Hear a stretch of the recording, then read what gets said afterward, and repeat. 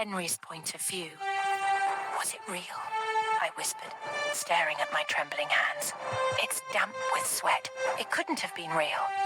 It was an eerie midnight. The door squeaked as I opened it. Everyone was asleep. A gloomy silence enveloped the premises. The air felt denser than ever as the wind seemed suddenly cold, tinged blue, like the first hint of leprosy. I prowled my way outside, standing in the middle of the school environment. My gaze was fixed on the full moon as I knew it was time to answer the call. A spine-chilling, clammy hand touched me from behind as it felt like claws digging into my flesh. My skin generated a burning sensation, ferociously tearing my clothes away. My bones cracked, reconfiguring in an abnormal fashion, developing excessive body hair. The moaning wind blew towards me vehemently, causing an eerie midnight howl.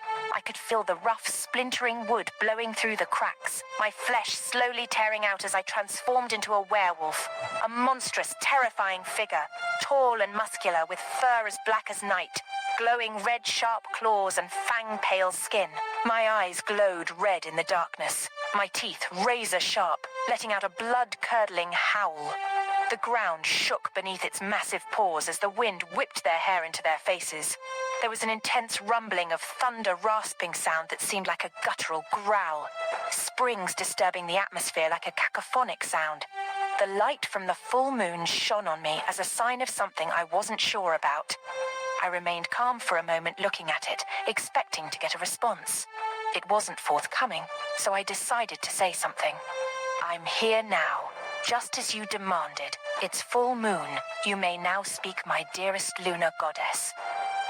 A voice whispered from the moon, as all of a sudden the only thing I could see was some sort of mysterious abandoned pack or something, completely littered with peeling paint, dusty windows and cobwebs hanging from the corners. The first approach was quite gentle, but the second time, this same voice thundered vehemently, carrying a stench of gore and a putrid odor that seemed to emanate from its presence. Warning me squarely, it stated, "You must return to your pack and set things right, or else you will have no control over yourself, threatening your physical and spiritual being." It's threatening. My eyes rolled in shock as my 5 senses went completely out of my control. I couldn't get a hold of myself anymore. Finally, I gathered the courage to reply to the voice. "Why do you want me back?" I asked in curiosity, trying to find out.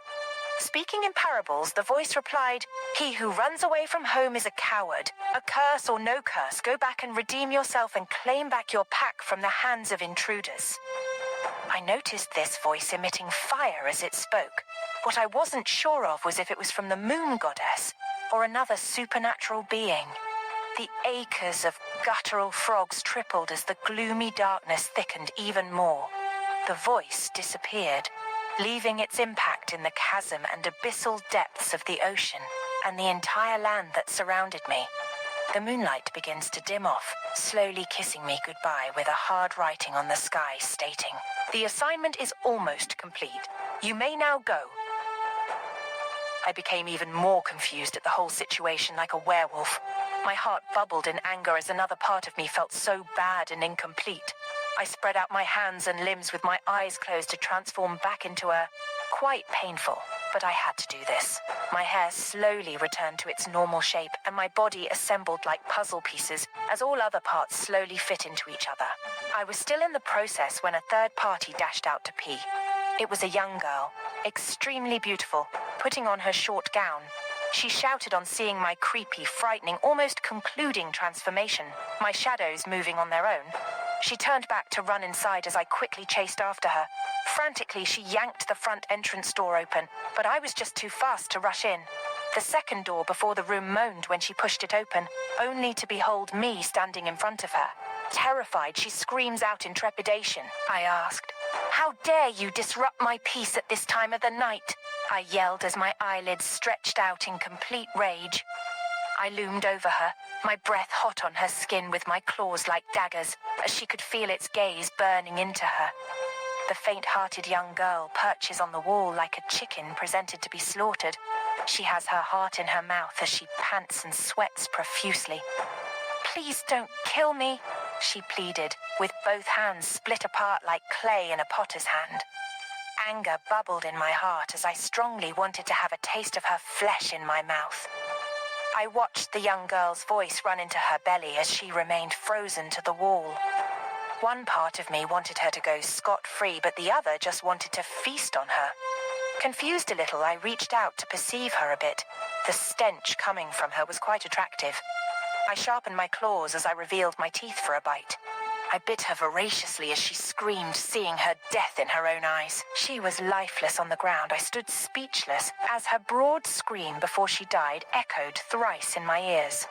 I woke up from my bed and I screamed at the top of my voice. I fidgeted like electric shock, insanely sending impulses to my brain. What was that? I asked myself. It was a nightmare. I was sweating profusely as this dream felt like a blade slipped into my sides with my blood spilling into sheets, taking my life with it. I was angry with myself for snatching the life of a young innocent lad. I argued as I slowly began to feel remorseful about the whole situation. I was quite extremely curious to understand the dream as I frantically pushed my whole body toward the mirror to get a look at myself. I'm still human. And of course, with flesh and blood, I confirmed, softly whispering to myself. I paused, and that was when it dawned on me that a strong force was after my life. And until I answered the call, it was ready to make me destroy even the ones I love. Henry's point of view. Gosh, I'm late for lectures. What could I be thinking?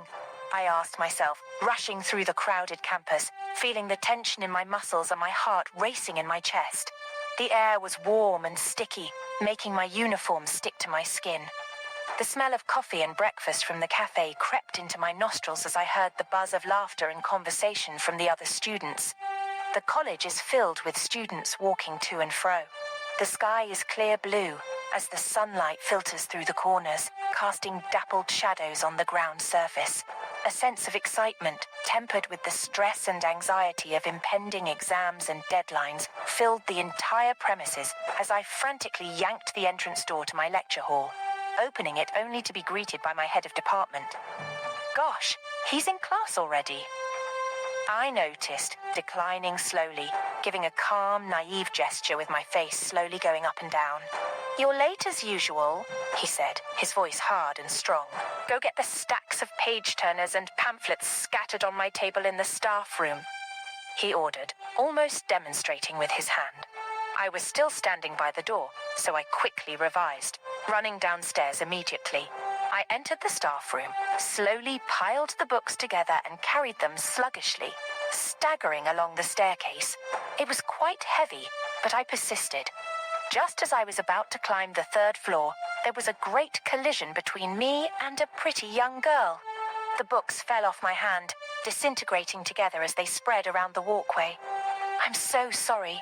Let me help you, she said, her voice soft and sweet as she quickly lowered herself, slowly picking up the books. I watched her beautiful curly blonde hair tangling through the cozy air as I pretended to be picking up the books too. She was focused and committed to helping. I was completely swept away by her appearance. Her eyes looked gorgeous as her uniform fit into her lanky, banging body. In a short while, she's done. She stretches her hands to pass me the books. I collected them as I kept them on the resting surface of the stairs. I reached out to her for a handshake. She reciprocated by saying, I'm so sorry about this. I was even about to. I didn't let her finish, so I interrupted almost instantly, but in a calm, collective manner. You don't have to apologize, I said, trying to make her comfortable. Besides, it was a mistake. It can happen to anyone. So it's never a big deal, I explained further. A warm smile is seen on her face as she tries to leave. I asked her immediately, what's your name? And your department? Rolling my eyes, eager to get a response. I'm Emanuela, but my friends call me Ella for short. She introduced herself, frequently flirting with her hair like the pretty damsel she was. Okay, that's nice. I'm Henry, and that's my department on the topmost floor, I said, demonstrating with my hands. I noticed her eyes focused on my chest and revealing broad shoulders, as 2 of my top buttons were left ajar. Finally, before she left, I asked her for a favor. Can we walk out tomorrow?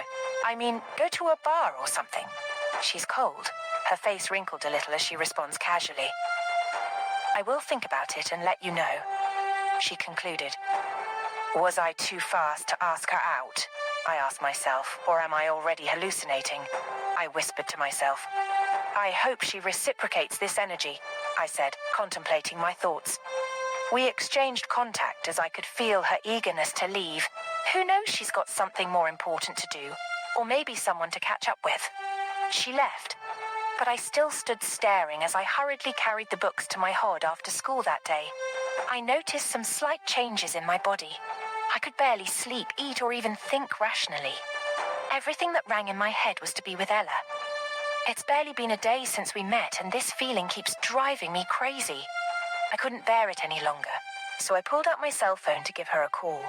I was sweating profusely. The phone kept ringing, but no response came from her. I decided to send a text, but she wasn't online. I reached out to a couple of her course mates, but none was ready to disclose the address of her apartment.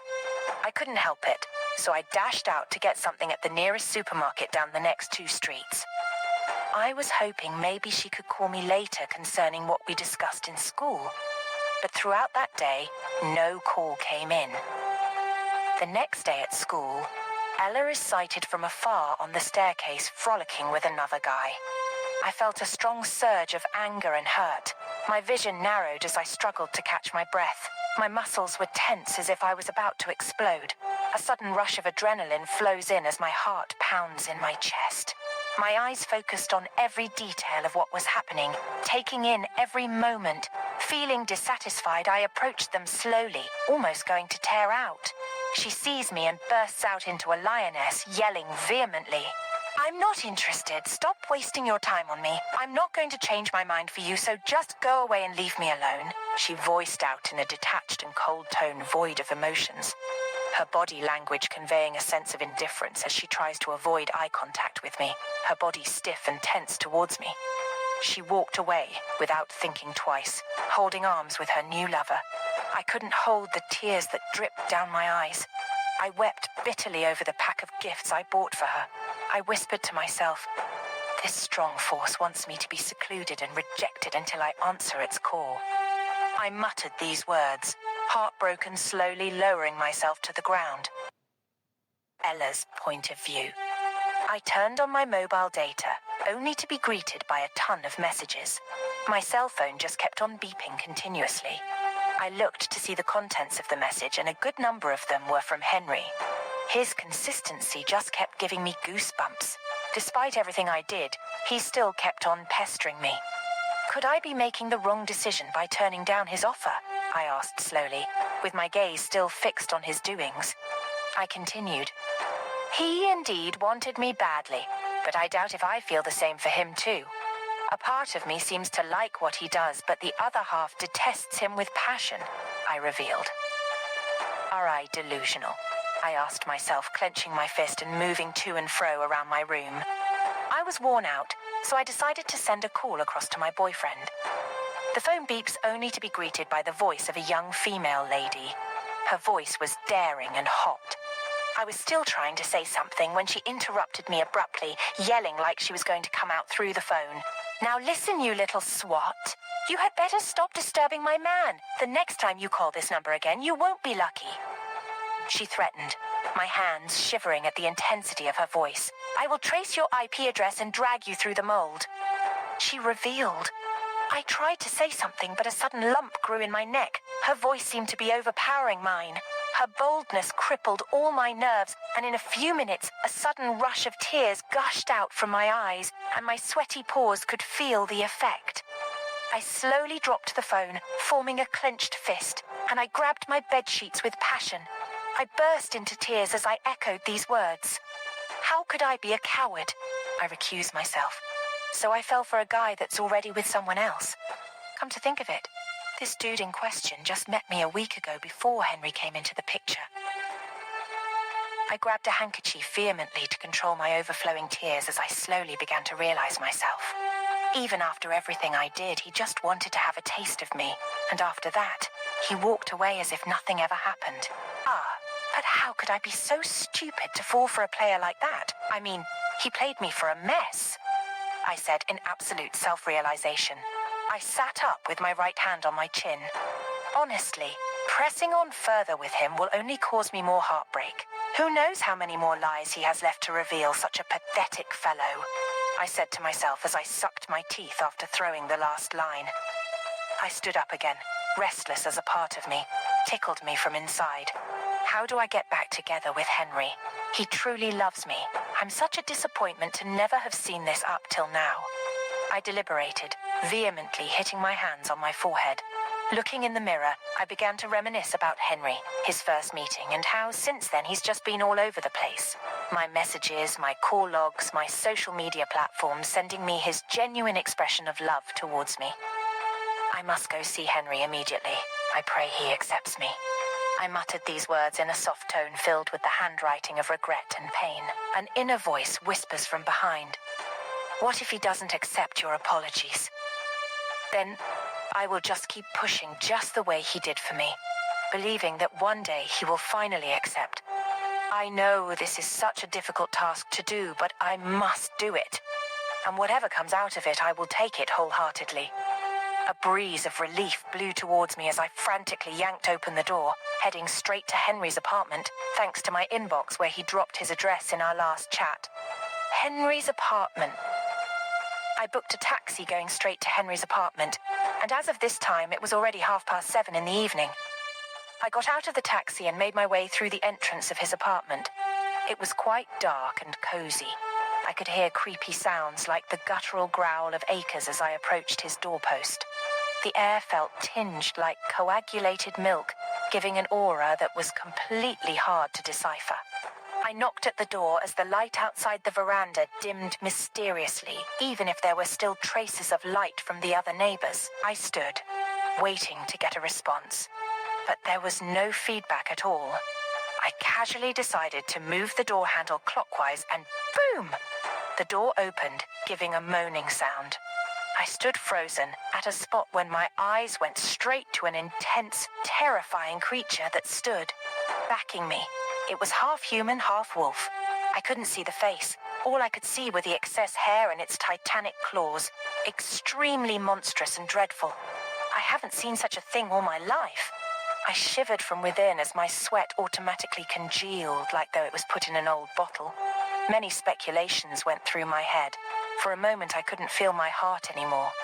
I muttered these words in fear, shaking as I was just too terrified to make any move. Could it be that something bad must have happened to Henry? I asked myself, feeling so scared as the voice of guilt came banging in my ears. With shaking hands, I soliloquized again. What could a creature like this be doing in Henry's apartment? From the look of things, his door was left halfway open, meaning something bad must have happened. I asked myself how I felt about the whole situation. The stench kept on increasing as I began to feel a cold sensation ferociously creeping through the entire room. The werewolf was still facing backward, carefully surveying the aura and the scent of my blood, signaling a human was in its midst. Slowly, he turned as I frantically ran out of the room without wanting to check or find out who it was. It chased after me immediately as all I could hear coming behind me were its loud steps and creepy, dreadful sound. My feet and entire body kept on pushing while it kept running towards me from behind. I tried opening my little purse to call the police when suddenly it dropped out of my purse. Gosh! Oh no! I exclaimed, but I kept on running. I quickly maneuvered along another short road, causing it to lose its track. It halted as it knelt, roaring out bitterly. The voice sounded innocent and strong, as if it was being controlled by someone. What I saw next was the full moon shining at the post where it sat. From afar, I was watching with my fist clenched to my mouth and my eyes constantly surveying the environment to spot out for any of its kind. Suddenly, it slowly tries to transform into something. I was quite curious to know even if I was swallowed by fear. The werewolf seemed to be in a hurry to leave, as I could tell from the way it responded to the lunar goddess. I could barely hear their conversation, but I could feel something off-putting. Just when I doubted the speculations, boom, there was a strong tearing of the excessive hairs on its body, slowly ripping off its claw. Its ankles and bones cracked as its monstrous figure disappeared into thin air, revealing Henry in his gorgeous night pajamas. A lump suddenly forms in my throat as my eyes completely blur. My hands formed an extremely tight clench as I whispered through the dark in complete shock and trepidation. "Oh my gosh, Henry is a werewolf!" These words penetrated my pinna, re-echoing in my head, seeming too good to be true. Ella's point of view. I had my heart in my mouth as I couldn't reach out to my taxi driver since my phone was missing. I lost my cool. My soul and body seemed apart from each other as I dashed out to the express road. There, I stopped a taxi that was heading my way. I hopped in immediately as I disappeared from my apartment, frantically shutting my door after me in fear and trepidation. The first thing I did was to reach out for a glass of water as my throat completely turned into a desert void of any iota of wetness. I switched on the fans to cool off the hot, steamy sweat that was gushing out from my body. Its smell seemed so conk, like thick fluids possessing a stench of gore and putrid odor. The aura seemed overpowering, so I quickly ran into the bathroom to take a cold shower. In a short while, a soft knock was heard on the door. My feet were glued to the ground as I was still in fear of going to check who it was. "I mean, come on, I'm still trying to get over the awful creature I saw today," I whispered under my breath in shaken steps. "Who is this person that chose to visit me by 9:30, even at this critical moment when I'm still trying to process everything I saw?"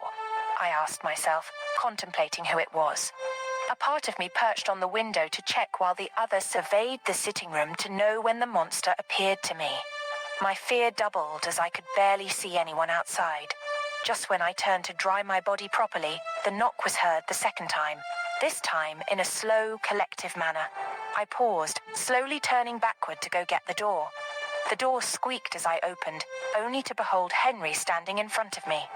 My heart skipped as my blood suddenly congealed.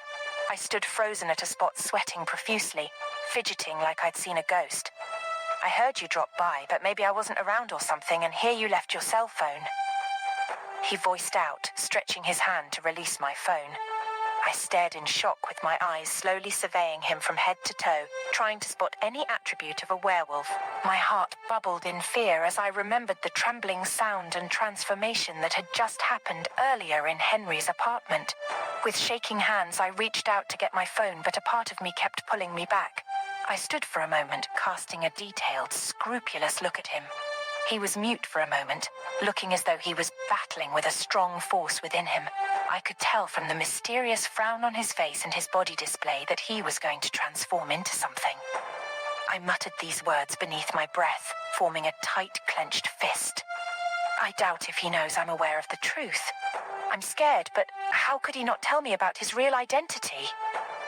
Oh my goodness. Just when I was about to have a relationship with the one I love, and it turns out he's a werewolf, a human, half-wolf. And to think of it this way, that he could transform back into a complete human, still baffles me. I looked at him closely, but he seemed too busy to even notice. The force seemed overpowering, so I decided to distract it a little. He looks at me, and finally opens his mouth to say something. "Sorry. Please excuse me, I have to go now. I love you.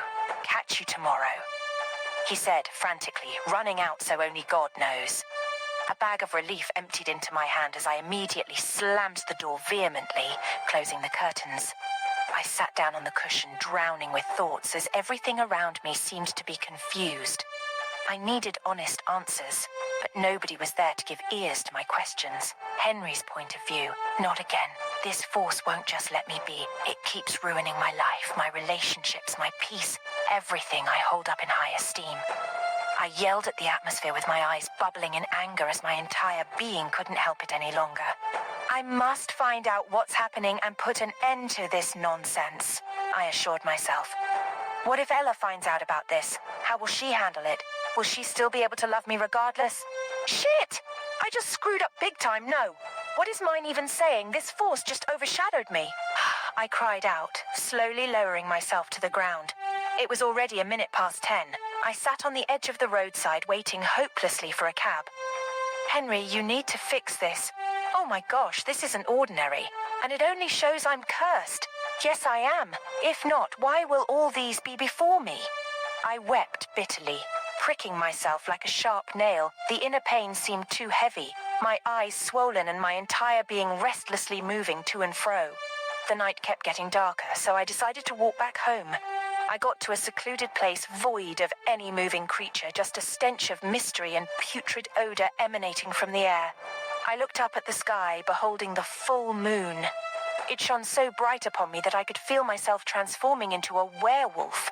Excessive hair flooded my body, my mortal flesh torn apart, revealing a fang, pale skin, and gigantic claws. I sat quietly, even with a contrite heart, to hear what the moon goddess had to say. Just maybe I could finally get an answer to my question. I see your heart is troubled. If you could remember, you had a nightmare telling you to go back and answer the call and free yourself from the curse. The moon goddess spewed, covering the entire place with the overpowering tone of her voice. I asked in curiosity, "What curse?" "Set tight. Let me refresh your memory of how it all started and what brought about the curse." She responded by assuring me of a solution to my conflicting thoughts. Flashbacks. A chill wind blew through the dark forest, making the leaves rustle and the trees creak. The moon stood hidden behind thick clouds, casting a mysterious shadow. A young man prowled alone through the woods, his steps light and quick. He is unaware of the danger that lurks in the gloomy shadows. He continued, approaching a clearing. In the center was a small cottage, with smoke curling up from its chimney. A putrid odor emanates from it as flickering light shines through the window, casting eerie shadows. Guess who that young man was? He was your father. He's late now, but let's continue. There's still more to uncover. The young man paused on seeing movement in the shadows of the cottage. Curiously, he took a hesitant step forward. The door of the cottage creaked open as a figure emerged. It was an old, creepy witch with old hair. It was a woman holding a staff in one hand with the tip of it dipped into the silver pot of solution. He was on a mission to steal something that wasn't his. The silver pot of solution. A pot capable of revealing anything, including passing out judgment and disseminating wisdom and riches. He wanted to be the most powerful Alpha King that ever ruled, seeing that every Alpha wanted this particular silver pot so badly. The woman in question appears as a witch inside her cottage, but a beautiful young Omega outside the pack. She pretended to deceive the whole pack, scrupulously hiding her real identity as a witch. This was only possible because of the pot, and once nothing happens to the silver pot, her real identity will be revealed within a fortnight, and afterwards she will kick the bucket. The young man was lucky to hide quickly, patiently waiting to steal the pot. In a moment, she's out in the woods to go get some leaves, only to return and discover her pot missing. She emptied her heart as she cried out, showering curses on the souls and lineage of the thief. With a bitter heart that was going to pass out in 2 weeks, she voiced out, "May all the lineages of this soul continue to experience heartbreak. People will hate them, and every piece of their identity they try to hide. It must surely be revealed. The force will be so irresistible and overpowering that they will remain vulnerable until they finally kiss the dust goodbye." She made this statement before she died, and after 3 days, your dad also kicked the bucket, leaving you succeeding Alpha in the dark, completely unaware of the environment that was before your conception. All right.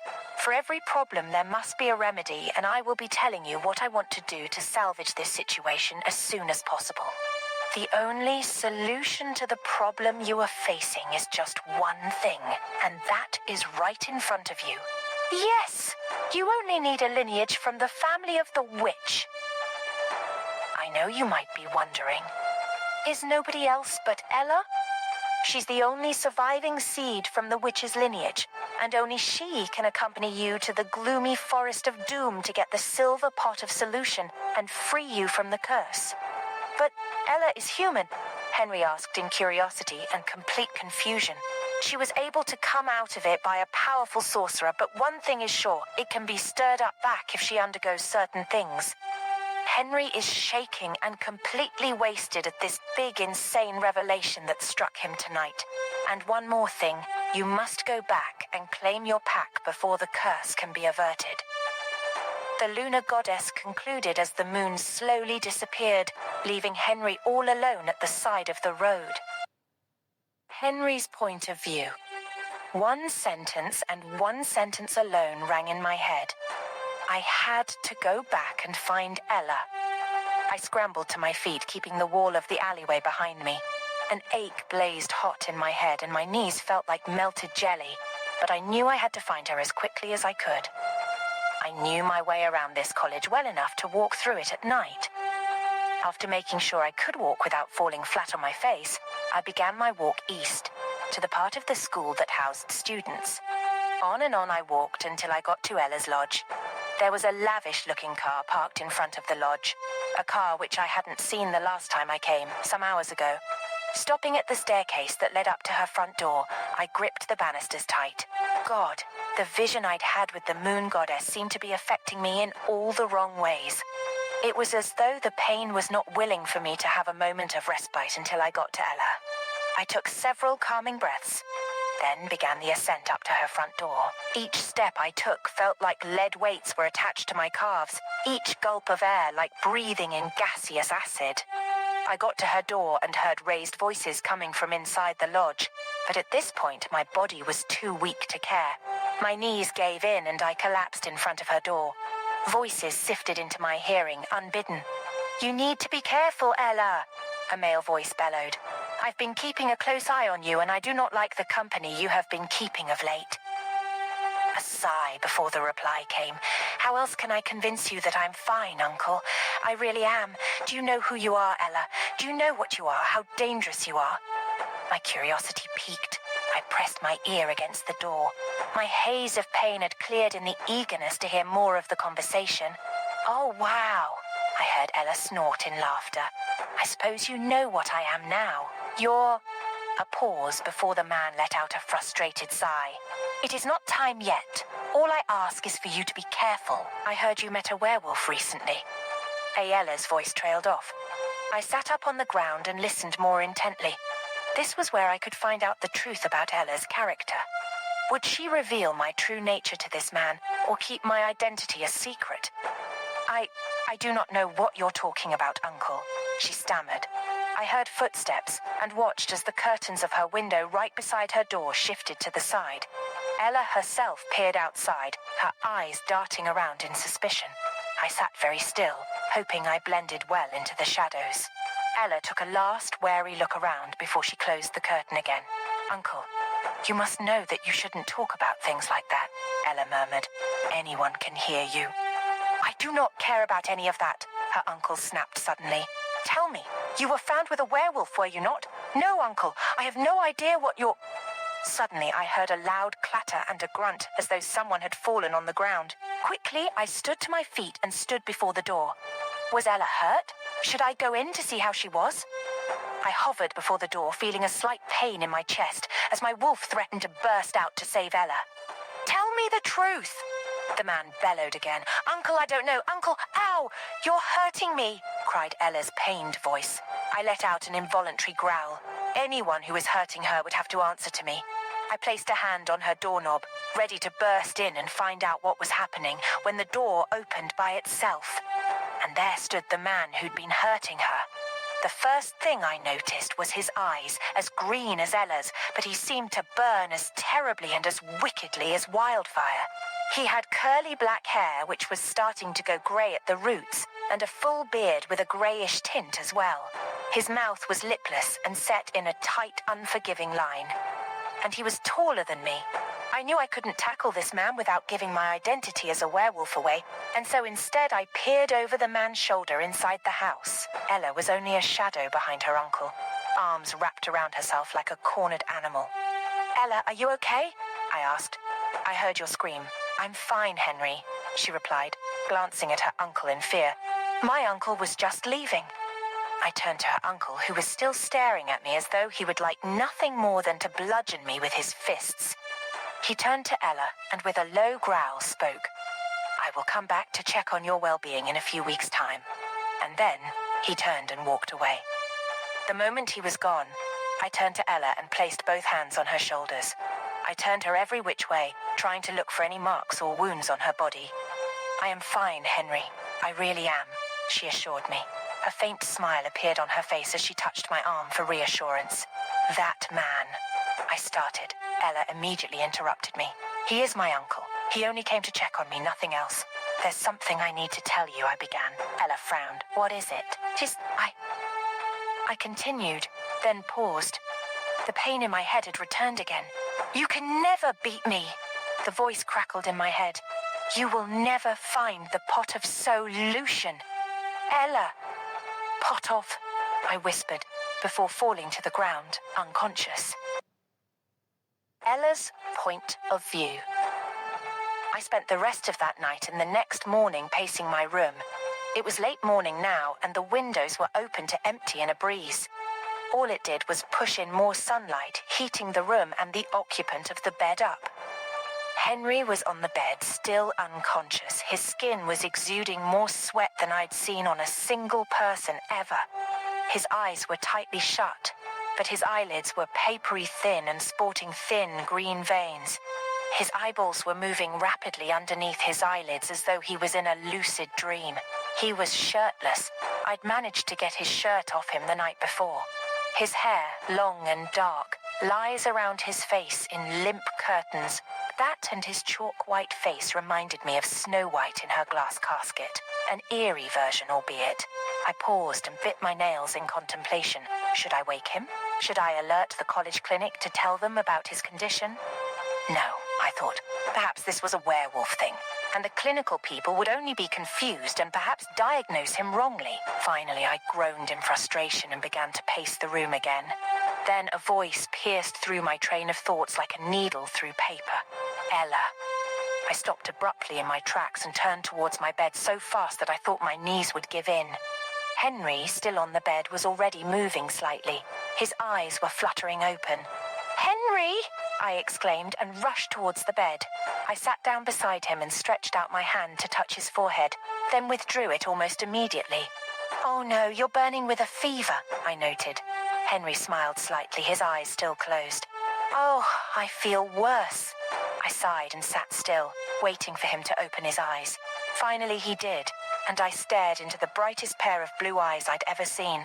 For a moment, all I did was stare into their depths. They looked like clear-cut pieces of sapphire, catching my gaze and holding them in. I felt as though my soul was drawn to his, as though our destinies were entwined in a way that I never knew before.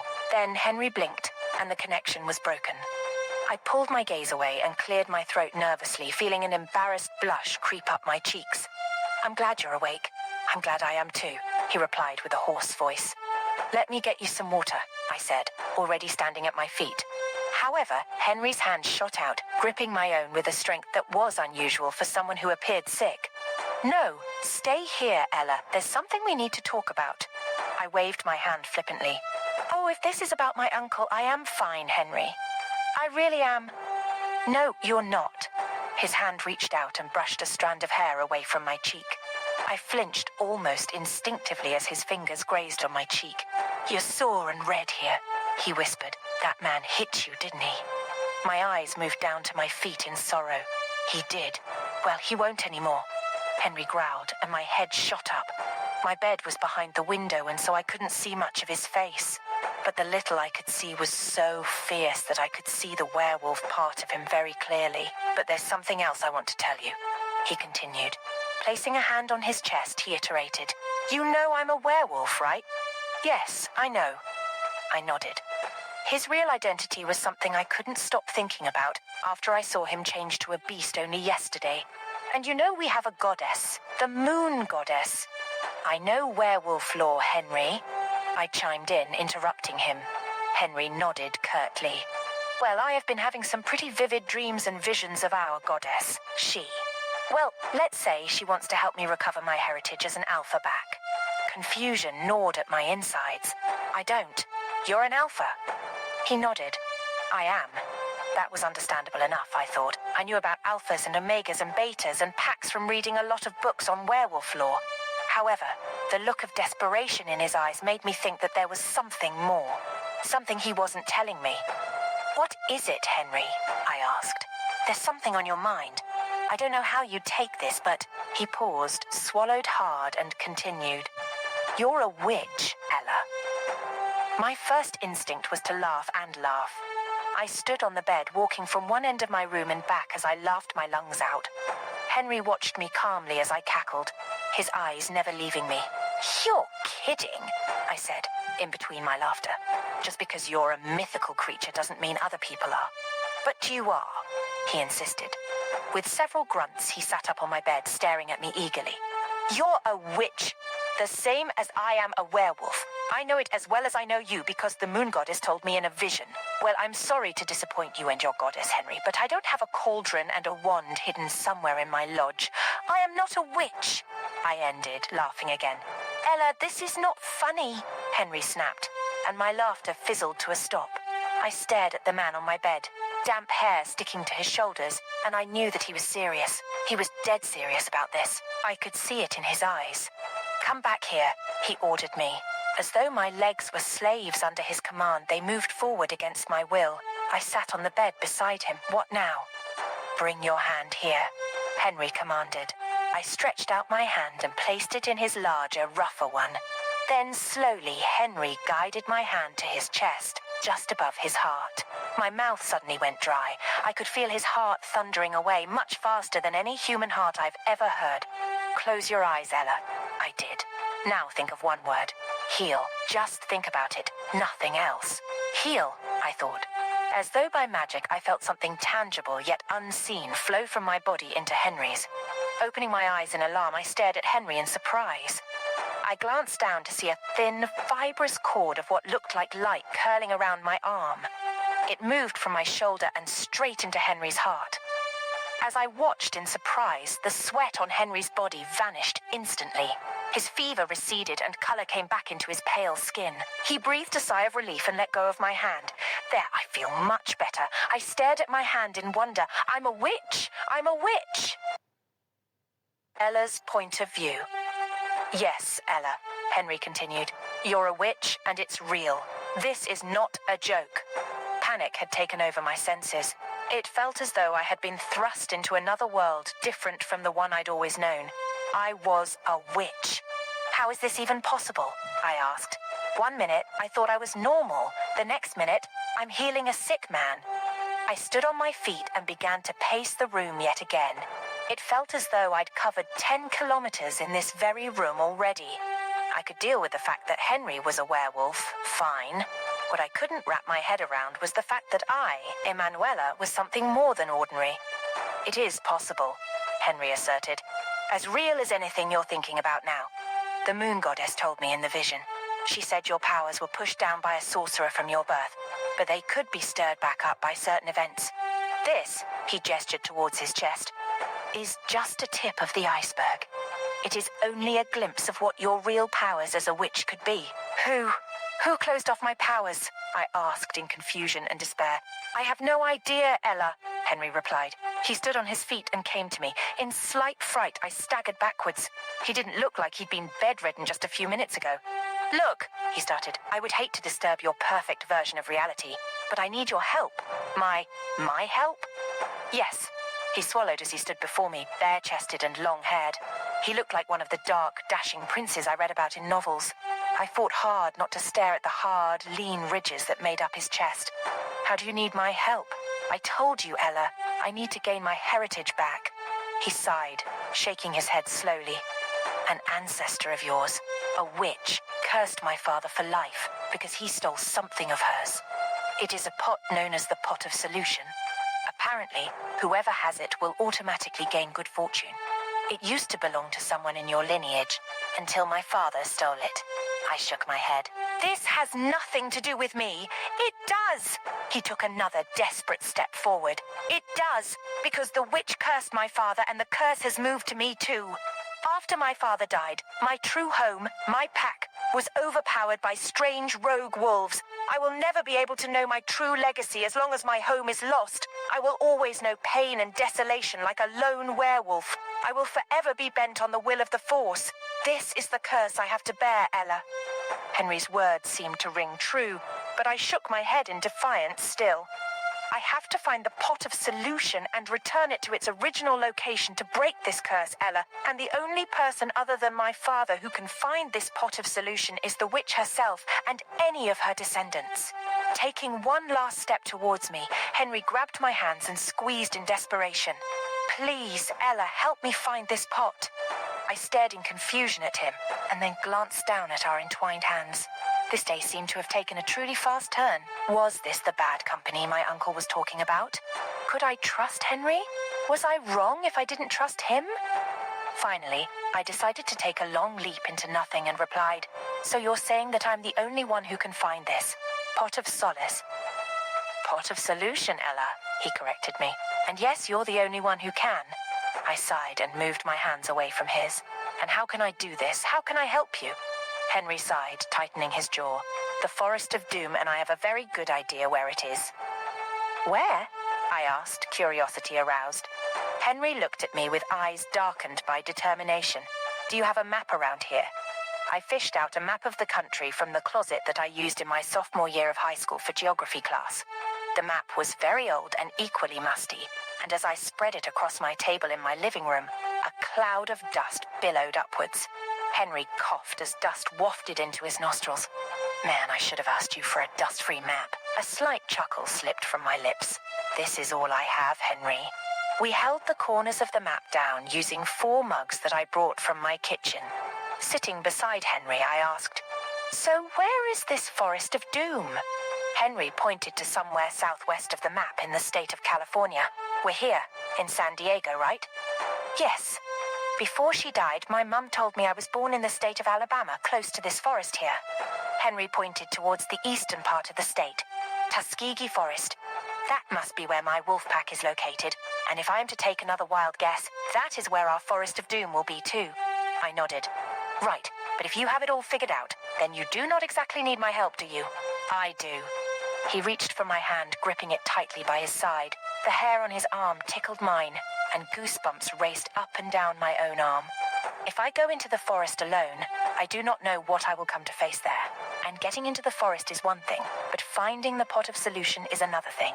You're a descendant of the first witch who cursed my father. You're the only one who can find it." The glare of Henry's blue eyes was too intense for me to stare into.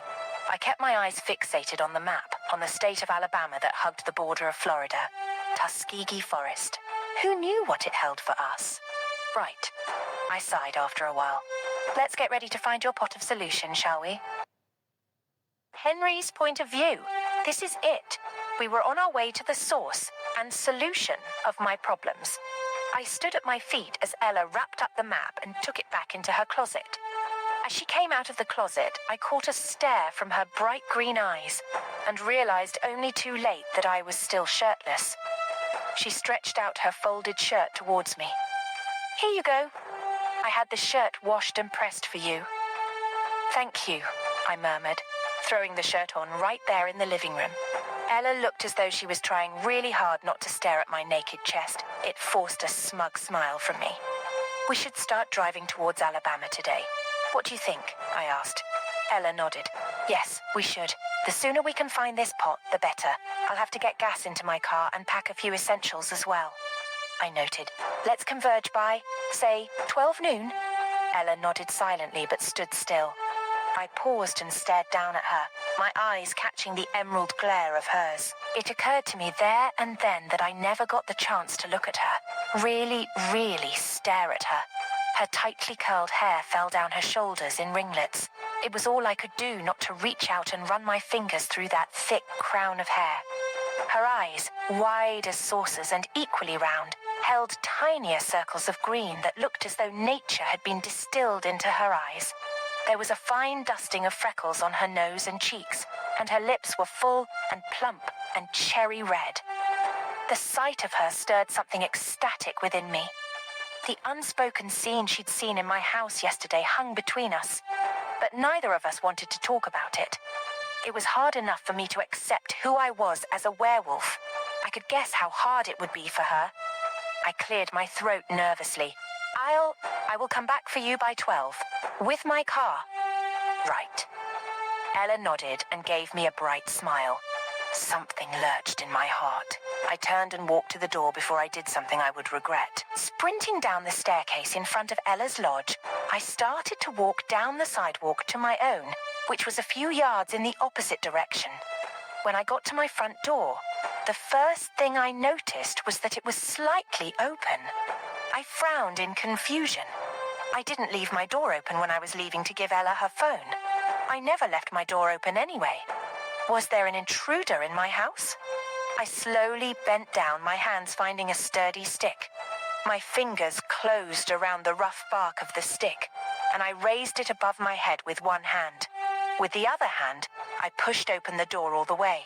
I walked inside the house, my eyes getting adjusted to the darkness that was inside. My curtains had been drawn, which I didn't remember doing either. The flimsy blue curtains let in only a slice of sunlight, making the entire room especially gloomy. "Hello?" I called out. There was no response. Gripping the stick hard, I moved towards the kitchen and peered in. Nobody was in there either. Only the sight of unwashed dishes greeted me. "I am here, Henry." A voice came behind me. The voice was so startling that I turned with a gasp, gripping the stick even harder than ever. With my other hand, I felt along the wall for the light switch. When I found it, I turned it on, and the entire kitchen was flooded with bright white light. The voice came from the living room. I lowered the stick in my hand. If this person knew my name, then it was probably a good thing. Reaching the dark living room, I turned on the switch, and the room was bathed in more light. And at the far end of the living room sat Aurora. "Aurora? What are you doing here?" was the first thing that escaped my lips. The lady only smiled and crossed her legs over each other on the chair, unbothered by the tone of my voice. The trinkets in her hair and the bangles on her wrists jangled as she moved. I asked again, "What are you doing in my house uninvited?" I growled, feeling my annoyance grow. Aurora's smile widened. "Some weeks back, I was welcome at your house, wasn't I? Until you went ahead to break up with me." "You cheated on me, Aurora," I snapped. "If that doesn't sound like the wrong thing to you, then you're really a terrible person." "I had to do it," she shrugged. "I had my reasons, some of which you'd understand soon enough. I don't care about you, or your reasons for cheating on me," I growled, then pointed to the door. "See yourself out?" "No," Aurora stated simply. Her audacity simply shocked me. She tucked strands of bleached blonde, almost white hair behind her ears before standing up with a sigh. She had on a long, armless, flowery silk dress that brushed the floor of my living room. She was barefoot as usual. She always looked like an otherworldly fairy to me. Once upon a time, I thought she was innocent. Not anymore. "I know you miss me," she murmured, slowly moving forward to face me. "I can see it in your eyes. I know you need me back in your life. You need order, Henrietta. I am ordered." I swallowed hard, slowly putting the stick in my hand. She was right. I did miss her. The first few days of her absence had felt like torture to me. She came closer, and I leaned backwards to stare at her features. From her pale hazel eyes to her paler eyebrows and the lion's tooth necklace that hung from her neck. Her hand moved upwards, trailing a warm line down my cheek. "Who's Ella?" she asked. "Henry's point of view." "Ella?" I asked incredulously. "Yes," Aurora replied. "Don't act like you do not know what I'm talking about. What does Ella have to do with anything?" I snapped at Aurora. Jerking my head towards the door, I continued. "I think I asked you to leave my house, Aurora. The door's that way." Aurora's smile wavered. "You don't have to be mean, Henry. I am only here to make amends, see if we can fix things. I can't fix things with you if you're being difficult." A part of me wanted to take Aurora up on her offer. There seemed to be nothing but sincerity and hope in those hazel eyes of hers, but for some reason I couldn't bring myself to. Gently but firmly, I held her shoulders and kept her at arm's length. "I am not interested, Aurora. Please see yourself out." As I spoke, I turned my back to her, heading to my room and silently ending our conversation. Aurora's voice called me back. "Henry?" I turned back to her. "Yes, here's to never getting the pot of solution," she chirped. Then she lifted her fisted hand and blew a powdery, glittery substance into my face. I opened my mouth to ask her how she knew about the pot of solution, but suddenly it felt as though I was choking on the words. I cleared my throat and tried again, to no avail. My throat seems to have been slammed shut by whatever she'd blown into my face. I sank to my knees in weakness as Aurora towered over me. My eyes were beginning to sting and ooze out water now, and my vision swam dangerously. Faintly, I heard the jangle of several trinkets as Aurora stepped closer to me. Panic had risen in my chest, restricting what was left of my senses. No, Aurora! I managed to choke out. Aurora only smiled sweetly at me. You didn't expect me to leave you so quickly, did you? She asked, her bared teeth glinting through my hazy vision. You're mine, Henry. You're not going anywhere, much less to find some pot or the other. I opened my mouth to reply to her again, but all that came out was pitiful groans. What? You do? I managed to let out. Aurora cupped a hand behind her ear. What's that? What did I do to you? Oh, I put you under a spell, dear Henry. You're little more than a vegetable now. Did I not tell you? I'm a witch, as much as you're a werewolf. My panic had risen to terror now, and I was jerking on the ground, my hand stretched out towards her. Aurora smiled sweetly. Who knew that such a beautiful smile could house such a terrible mind? And stood at her feet. She giggled, then spoke again. I will be back to see you in a few hours' time, my love. And then she turned off the lights in the living room and walked out of my house, leaving me on the ground. Ella's point of view. When I had waited for an hour and I didn't see Henry, I started to worry. It didn't take so long to get his car and a few supplies, did it? For the umpteenth time, I peered out of my window, searching for the blue convertible he was known for driving around college. I saw no convertible, nor a man called Henry. I reached for my phone on the coffee table and switched it on. Trying to ignore my panic, I feverishly hit the button that dialed Henry's phone number. There was no answer except a double-tone busy signal. My hands had begun to shake uncontrollably, my head riddled with worrying thoughts. Has the force gotten to him again? Did he need my help? When I tried to redial, the phone slipped out of my shaking grasp and hit the floor hard. I dropped to my knees to retrieve it, but it was dead. A long crack visible across the screen. Ah! Almost in tears of frustration, I threw the phone down and rushed to the door instead. Throwing it open, I ran down the staircase and towards the direction of his lodge. I got there just in time to see a woman slipping out of his door. She looked waif-like, with a small waist, a petite frame, ornaments on her wrists and fingers, and hair that must have been dyed white. And she looked very, very guilty of something. The moment she saw me, a bright smile lit up her face. Ella! Did you come to see Henry? How did she know my name? The skin at the back of my neck prickled uncomfortably. I did. She jerked a thumb towards his front door. Oh, he's not inside. I also came here to check on him. Right, I replied, folding my arms against my chest. I'll be on my way then. I made a show of walking away from Henry's house, then turned a corner and peeked out from behind a wall. I saw the smile fade from the woman's face, and a mutinous look replaced it. I knew she was up to no good. The moment I was sure she had walked away and wasn't coming back any time soon, I came out from the back of the wall and sprinted towards Henry's lodge again. I took the front steps 2 at a time and pushed the door open. I stepped in. The darkness that greeted me was so thick. My fingers immediately reached to the left, searching for a light switch. In a matter of seconds, light filled the room. The first thing I noticed was a pair of feet peeking out from behind Henry's couch. I rushed forward to see Henry himself behind the couch. His eyes were open, but he couldn't move. It was as though he was paralyzed. Henry! I exclaimed, coming to my knees beside him. What did she do to you? However, it seemed as though he couldn't talk as well. His lips quivered, and I saw his brows move, but that was all. My heart lurched with fear. What had happened to Henry? Ella's point of view. With a lot of grunts and effort, I managed to lift Henry alone. Throwing one of his limp hands over my shoulder, I began to lug him towards his room. I entered the room and was immediately hit by a ton of masculinity. I had never been there before. Smack dab in the center of the room was a medium-sized bed, slightly crumpled in the middle. In a corner was a dresser which was bare, save for a mirror propped up on top of it, and a few bottles of cologne on its surface. A closet on the opposite wall was open, and a few clothes spilled from its belly. A white towel hung from its door.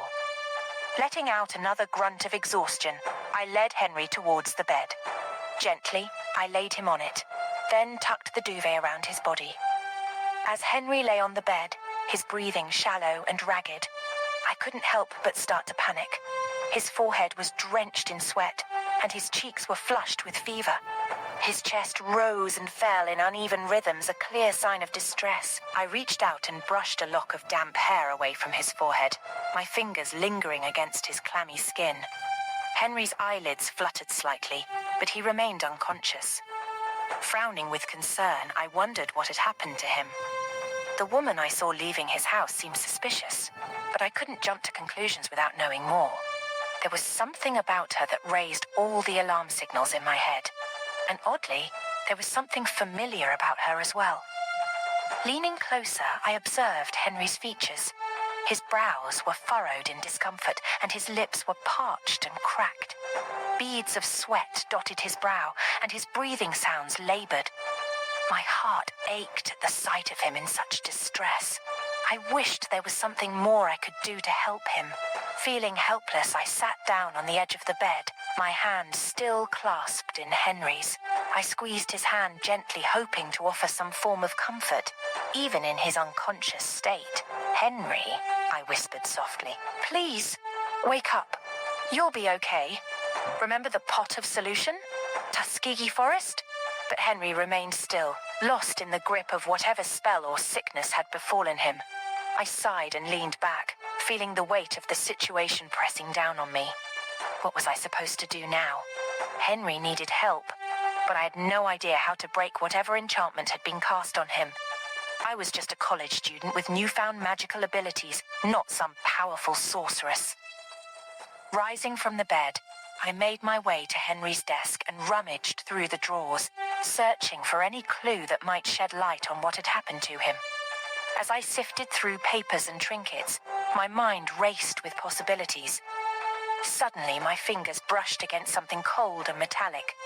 Curious, I pulled it out and found myself holding a small, ornate key. My heart skipped a beat as I examined the key, its tiny but methodic design glinting in the dim light of the room. The key seemed to be pulsating in my hand, its tiny body throbbing as though it had a heart of its own. "What key could this be?" I whispered. Suddenly, a loud ring cut through the silence of the room. I glanced around wildly, my eyes searching for the source of the ringing. Finally, my eyes caught it. A phone, sitting on the cupboard beside Henry's bed. I crossed the room, moving towards Henry's phone. Picking it up in my trembling hands, I checked the screen to see that someone named Jason was calling Henry. I picked up the call and placed the phone against my ear. "Hello? Henry is not available at the moment. Bro, where have you—" The person named Jason stopped short at the sound of my voice. "Who is this?" "This is Ella." I introduced myself. "Henry is not available at the moment." "Well, where is he then?" The person snapped. "I need to speak to him as soon as possible. He was not in class throughout today. He's, I glanced at Henry's sweaty frame on the bed and turned away. "He's a little under the weather." "When did this happen?" Jason asked. "It's been a while now." I lied effortlessly. "Days, even. Well, when he comes around, tell him I'm coming to his place with a few of my bros to check up on him."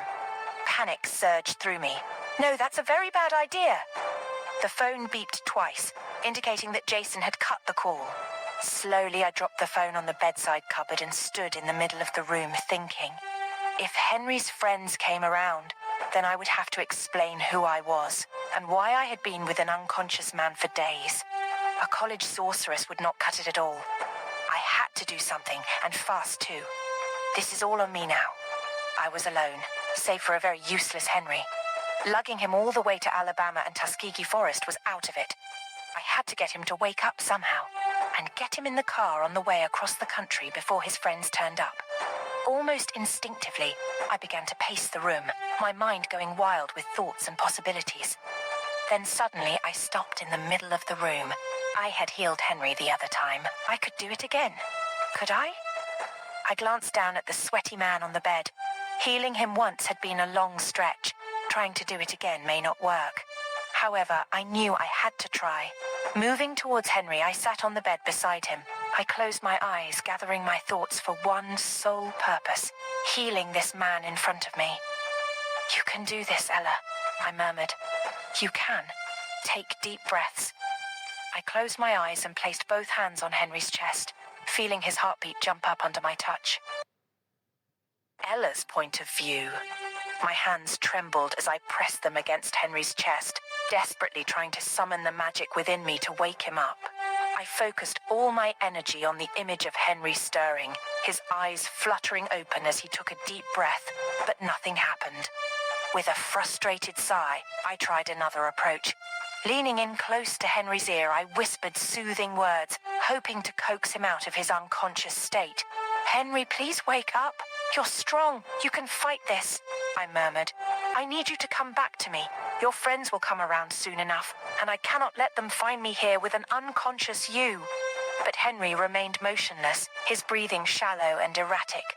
A sense of helplessness washed over me as I realized my efforts were futile. I felt a pang of desperation rising within me, driving me to try anything to bring Henry back to consciousness.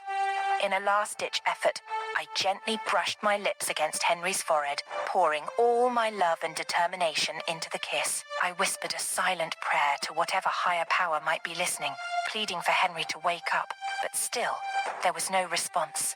Henry lay before me, still and silent, as if trapped in a deep slumber from which he could not awaken. Tears welled up in my eyes as I realized what was happening. What if I was never able to wake him up? What if he was stuck like this, forever? Frantically, I racked my brain for any other method I could try. I recalled stories of ancient spells and rituals that could awaken those who had fallen under deep enchantments. Closing my eyes, I murmured a whole string of nonsense under my breath, drawing on every ounce of my magical abilities. In another circumstance, I would have laughed at myself for doing that. But now I was too desperate to care. As the minutes ticked by and Henry remained unresponsive, my hope began to reduce. I slumped beside him on the bed, my shoulders heavy with defeat. It seemed that no matter what I did, I couldn't break through the barrier that held Henry captive. With a heavy heart, I realized that I was out of options. I had tried everything I could think of, but nothing had worked. It was as though my power was being repressed by something else, something more powerful. I slipped my hand into my pocket and pulled out the beautifully carved key that I'd seen in Henry's dresser, turning it over and over in my hand. It was still throbbing eerily, and something about the key stirred something dark inside of me. Suddenly, the sound of an engine revving pulled me from my thoughts. I froze in place, eyes widening with horror. Frantically, I prayed that the car wasn't stopping in front of Henry's house. I prayed that it was someone else, someone totally different. But I knew deep down that it wasn't. "Henry!" A male voice boomed from outside. "Hey, bro!" My heart pounded in my chest as I listened to the voices outside, dread pooling in the pit of my stomach. I rushed to the window of the room, careful not to make any noise that might alert the boys to my presence. Peering out from behind the curtains, I saw 3 figures walking up to the front door of Henry's lodge. My stomach twisted with anxiety as I recognized one of them as Jason, the same person who had called Henry's phone earlier. As they reached the doorstep, I strained to hear their conversation. "I don't think he's home," one of them said. "Shut up, he is." Jason's voice carried clearly through the window, his words sending a shiver down my spine. "When I called Henry earlier, I heard a female voice," he added. "Our old boy is probably with a girl." The other boys erupted into laughter, their voices echoing in the quiet street. "Maybe Henry's got himself a new girlfriend," one of them joked, eliciting more laughter from the group. My heart sank at their words. If they managed to get inside and see me with Henry, unconscious and helpless on the bed, I would have a lot of explaining to do. The thought of facing their questions filled me with dread. I bit my lip anxiously, my mind racing as I tried to come up with a plan. I couldn't let them see me like this. Couldn't let them discover Henry's condition. But how could I stop them from coming inside? In a last-minute effort born out of desperation, I grabbed the small, ornate key from Henry's desk and placed it gently on his sweaty forehead. With trembling hands, I then laid both of my palms on his chest, feeling the erratic beat of his heart beneath my touch. Closing my eyes, I took deep, steadying breaths, willing every ounce of my being to pour into him, to wake him up from whatever spell or sickness held him captive. Outside, the voices of the men grew louder, their urgent knocks on the door echoing through the room. Fear threatened to consume me, but I pushed it aside, refusing to let it distract me from my task. I closed my eyes again. Time to focus. With every breath, I channeled my newfound powers, feeling a storm of energy coursing through me. And then, as if responding to my call, I opened my eyes and saw it, a thin band of shimmering light emanating from my shoulders and flowing like a river of luminescence into Henry's chest. The sight was both mesmerizing and terrifying. The room bathed in an ethereal glow as the magical energy enveloped us. I could feel the warmth of the light spreading through Henry's body, driving away the darkness that had made him immobile. And then, just as suddenly as it had begun, the light faded, leaving behind a sense of calm and stillness. Slowly, tentatively, I stared at Henry, my heart pounding in my chest as I awaited the outcome of my efforts. He let out a loud gasp that startled me. Ella's point of view. To my utter relief and disbelief, I saw Henry's eyes flutter open, his chest rising and falling at a steady pace as he took a deep, gasping breath. For a moment, he seemed disoriented, his gaze flickering around the room before finally settling on me. "Ella," he murmured, his voice hoarse and weak. I couldn't help but let out a shaky breath, relief flooding through me like a tidal wave. "Henry, you're awake!" I exclaimed, my voice trembling with emotion. He nodded slowly, his expression a mix of confusion and gratitude. "What happened?" he asked, his brow furrowing in concern. I hesitated, unsure of how much to tell him, but then, seeing the sincerity in his eyes, I knew I had to be honest. "You were under some sort of spell," I explained carefully. "I tried everything to wake you up." Henry's eyes widened in realization, and he reached out to grasp my hand tightly. "Thank you, Ella," he said softly, his voice filled with genuine gratitude.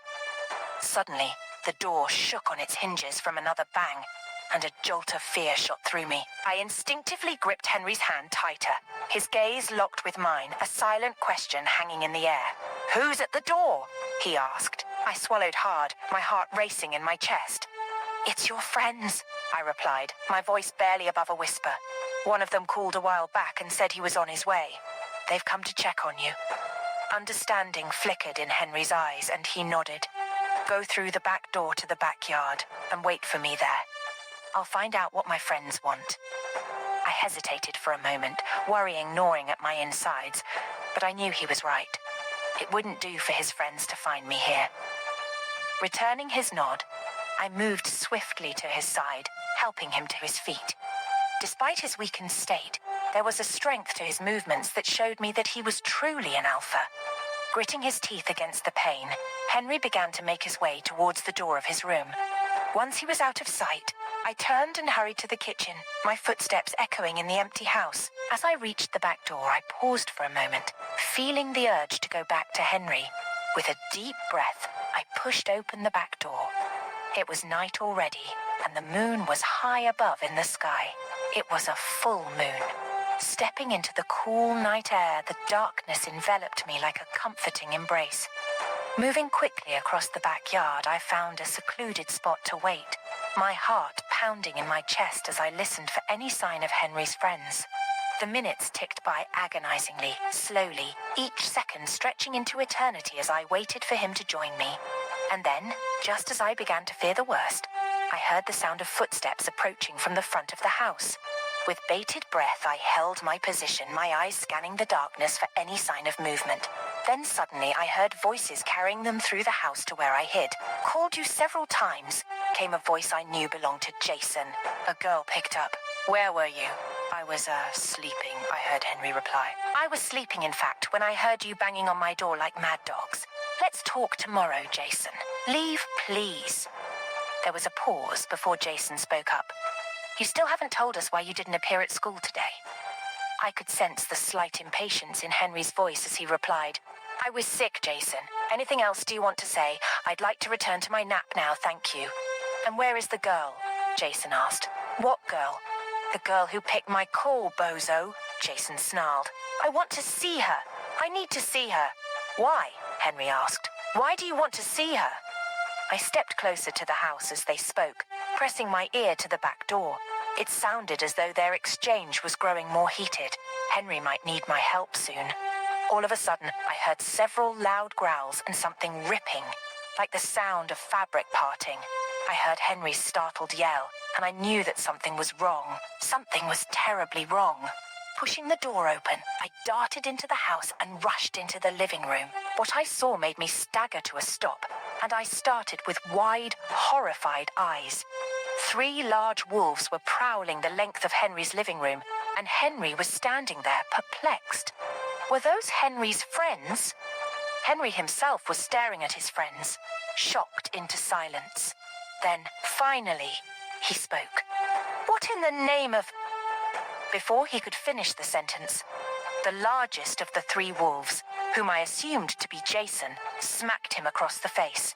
Henry hit the ground hard with a loud thud. I watched with trepidation as he staggered back to his feet, his muscles flexed, and he squeezed his eyes shut in concentration, trying to morph into his wolf form. However, nothing happened. I knew I had to step in to help. Rushing into the living room, I darted between Henry and the wolves. They seemed to reel back as they saw me, obviously surprised. I saw Jason the wolf let out a dog-like laughter, his snout in the air. He stared at me with something like amusement and calculation in his amber eyes. As he raised his hand to strike me down like Henry, I suddenly screamed at him, channeling all the energy I could muster. A gust of wind pushed Jason and his minions backwards, and they hit the opposite wall of the living room and slid to the ground, whimpering like wounded dogs. Before they could gather their strength again, I turned to Henry and rushed over to him. Grabbing his hand, I pulled him towards the front door. "Come on!" I exclaimed. "My powers cannot hold them off for long." Henry silently followed me outside and into the darkness of the night. Ella's point of view. We didn't stop until we were inside Henry's convertible.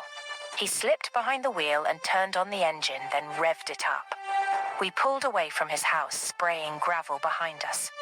As Henry and I sat together in the darkness of his car, relief washing over us both, I couldn't help but feel a surge of fear. If the whole quest had started on this note, I can only imagine how worse it would be for us. "Thank you, Ella," Henry said softly, his voice tinged with exhaustion. "You saved me back there." I shook my head, a small smile tugging at the corners of my lips. "I couldn't just leave you like that," I replied. "Besides, we're in this together now." Henry's gaze softened, his eyes reflecting the faint light of the moon above us. "You're right," he said, his voice barely above a whisper. "We're a team." There was a brief moment of silence between us, the weight of everything we had just experienced hanging in the air. But then Henry reached out and gently squeezed my hand, his touch grounding me in the present moment. The feel of his skin against mine felt oddly pleasant. Goosebumps erupted on my skin at the touch, and I shivered slightly. "We should get going," he said, his tone more decisive now. "We can't stay here." I nodded in agreement. "Where do we go?" I asked, my voice barely audible over the rumble of the car in the night breeze. Henry paused for a moment, his brow furrowed in thought. "Tuskegee Forest, Alabama." As we drove through the winding roads, the comforting hum of the engine filling the car, Henry finally broke the silence that had settled between us. "I never expected my friends to be werewolves," he admitted, his voice tinged with disbelief. "It's just out of the blue, you know? I always thought I was the only one at our school, the only one that has lycanthropy. To know that others have it is quite a shock." I glanced over at him, feeling a pang of sympathy for the burden he carried. "Maybe there are more mythical creatures among us than we realize," I suggested, trying to lighten the mood. "Maybe we never saw them until we met each other." Henry chuckled softly, a hint of amusement in his eyes. "I'm starting to think so," he replied, his voice warm with affection. But the amusement quickly dissipated as Henry's expression turned serious once again. "But there's something off about Jason and the others," he said, his tone heavy with concern. "I can't shake the feeling that they're under a spell similar to mine. Like they're acting under instructions from someone else." His words sent a chill down my spine, the weight of his revelation settling heavily upon me. If Henry's suspicions were true, then we were facing a much larger threat than we had anticipated. I felt a throbbing in my jeans pocket again, and I turned to pull out the key. Was it me, or had the throbbing increased in intensity? Henry took his eyes off the road to glance at me, gaze at the key in my hand. What's that? It's a key, I answered simply. I saw it on your dresser when you were, unconscious. Hand it over, Henry ordered, stretching his hand towards me. Mutely, I placed the key in the crook of his palm.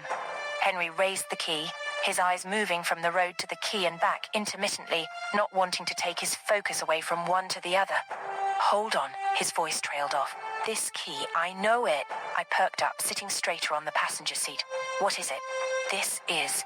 Henry paused, brow furrowed. Aurora used to wear this key around her neck. I shook my head. Who's Aurora? Henry's hand slowly fell to his side. Suddenly his gaze was fixated on the road before him, and he was avoiding my gaze. Henry, I prompted, who's Aurora? Several seconds passed in the time it took Henry to reply with, she's my ex-girlfriend. Oh, I murmured, then turned back to the road before us again. Oddly, the notion of Henry's ex filled me with an anger and jealousy that I could not explain. Before I could control myself, I blurted, what is she like? Henry glanced at me, a tortured look in his eyes. He looked as though he'd rather have any other conversation than this one. She's tiny, he began, and blonde. She wears trinkets in her hair, and she is quite feisty. My thoughts spiraled. Hold on. I think I have seen her before. She was coming out of your house a few minutes before I walked in and met you paralyzed. Henry's mouth formed an O of surprise. She was the one who placed a spell on me, making me paralyzed all over. My mind raced. Why would she do that? She is also a witch, Ella, Henry murmured, his voice low and hard. I found out today. I never would have guessed, but then I never would have guessed that I was a werewolf either. These things just happen, I guess. Henry was starting to spill a lot of words.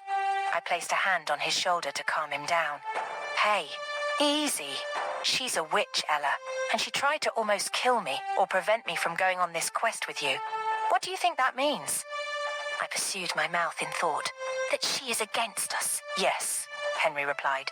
He sounded as though he would never have expected his ex to do something like that. However, I was experienced enough in the world of dating to know how crazy exes could get, especially when there was another significant other in the picture. What to do when your ex was a literal blonde homicidal witch, though? Do you think she left this key for us to find it? I asked. Henry shook his head. Aurora is not like that. I dated her for 3 years, and not once did I see her take off that key from her neck. No, she must have forgotten it there. Ella's point of view. Why would she? I asked. It feels like this key means so much to her if she had lugged it around in her neck for 3 years. Henry nodded. Yes, you're right. He handed over the key to me. Hold that tight, would you? Yes. And, I continued, turning the key in my hands, this key is powerful, Henry. I can feel it. He glanced at me, then back at the road. What do you mean? It's throbbing, I explained. Henry frowned. I did not feel any throbbing. Perhaps it only reacts when it is around other witches. Yeah, you're probably right, I conceded. Also, it helped me in healing you. And I think it helped me to fend off Jason and his goons as well. Henry appeared perplexed. What? I took a deep breath, explaining. When you were unconscious, I did all I could to push out my powers and heal you, the way I did before. But for some weird reason, I couldn't. That is, until I put the key against your skin. This key contains a lot of power, Henry. Much more power than I could ever own, I think. The wind roared in my ears as Henry replied to me with silence. He seemed to be considering my words. Well, whatever it is, I am glad it is in your hands and not Aurora's, he said finally. I nodded, returning the key to my pocket. You're probably right. We need to find somewhere safe, he continued. Somewhere we can regroup and figure out our next move. I nodded. Do you have anywhere in mind? I asked, hoping that he had a plan. Henry hesitated for a moment, his gaze drifting towards the darkened horizon. There's a place, he said slowly. An old cabin in the woods between the border of Nevada and Arizona. It's secluded, hidden from prying eyes. It should be safe for us to lie low for a while. Relief flooded through me at his words. Thank God. We continued to drive in silence until Henry began to slow the car down. Soon we came to a road surrounded on both sides by scanty trees. The cabin is in these woods. Henry explained as he turned off the ignition. "But we cannot take the car into the woods. It's nothing but a dirt road, and my car cannot play on it." He got down from the convertible and I followed suit, and that was when it hit me. "Henry, we came with no supplies," I informed him. Henry smiled, his teeth gleaming in the darkness. "Oh, not to worry, Ella. The cabin has everything we need. I used to come here with my mother a lot." "All right then, lead the way," I said, my voice steady despite the nervous fluttering in my stomach. With a nod of determination, Henry took the lead, his hand still firmly clasped in mine.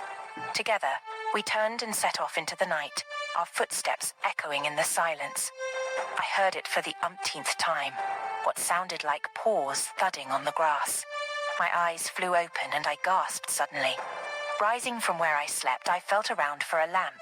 Finally, I found it and flicked it on, and the entire cabin was flooded with bright yellowish-white light. I waited for my eyes to become adjusted to the light, then looked around. The cabin was just as one would expect. The inside of the cabin was simple and quite tasteless. There were 2 chairs with faded plaid material around a cold and dead fireplace. A bed stood in the corner with a patchwork quilt on it. There was a shelf with several arrays of random things on it, and mounted on the wall directly opposite them was the head of a dead moose. I stepped away from my own smaller bed and moved to the larger bed with the patchwork quilt. That was where Henry should have been sleeping. However, the bed was empty. I turned and looked around again, then called, "Henry!" Silence answered me. At this point, my heart was slowly filling with dread. I picked up the lamp and moved over to the window, then peered outside. It was pitch black outside, and only the moon above offered some form of illumination. In the distance, I could hear a wolf howling loudly. Was that Henry? Quickly and with my heart in my throat, I grabbed the patchwork quilt from the bed and wrapped it around myself to protect myself from the cold. Holding the lamp in one hand, I ventured outside to look for Henry. Only the sound of croaking bullfrogs and the chirping of crickets filled the forest. Even though the trees were scanty and sparsely spaced, as one would expect in Arizona, it was still as eerie as ever. Swallowing my fear, I took a step forward, moving deep into the forest. The howling grew even louder, and I continued to follow the sound. On occasion, I would catch a scratch mark on a nearby tree, which showed me that Henry was not too far off. My feet crunching dead leaves, I continued to walk further and further away from the safety of the cabin into the forest. I was alone and afraid, and I wanted nothing more than to turn back, but I needed to find Henry and make sure he was okay. A lone werewolf under the control of the Force was not something good. Finally, I spotted a shadow not so far off, nestled in the branches of a tree. With shaky legs, I moved forward, pointing the lamp upwards. "Henry?" I called out. "Please come back. You're scaring me." Finally, the glare of the lamp caught Henry's face. He was crouched atop a tree, staring at me with bloodlust in his eyes, and he was growling dangerously, teeth bared. Heart in my throat, I began to take small, quiet steps backwards, trying not to startle him into attacking me. But it was too little, too late. Henry sprang from the tree towards me. Ella's point of view. Henry jumped towards me as I screamed in fear, his werewolf form appearing even more intimidating in the moonlight.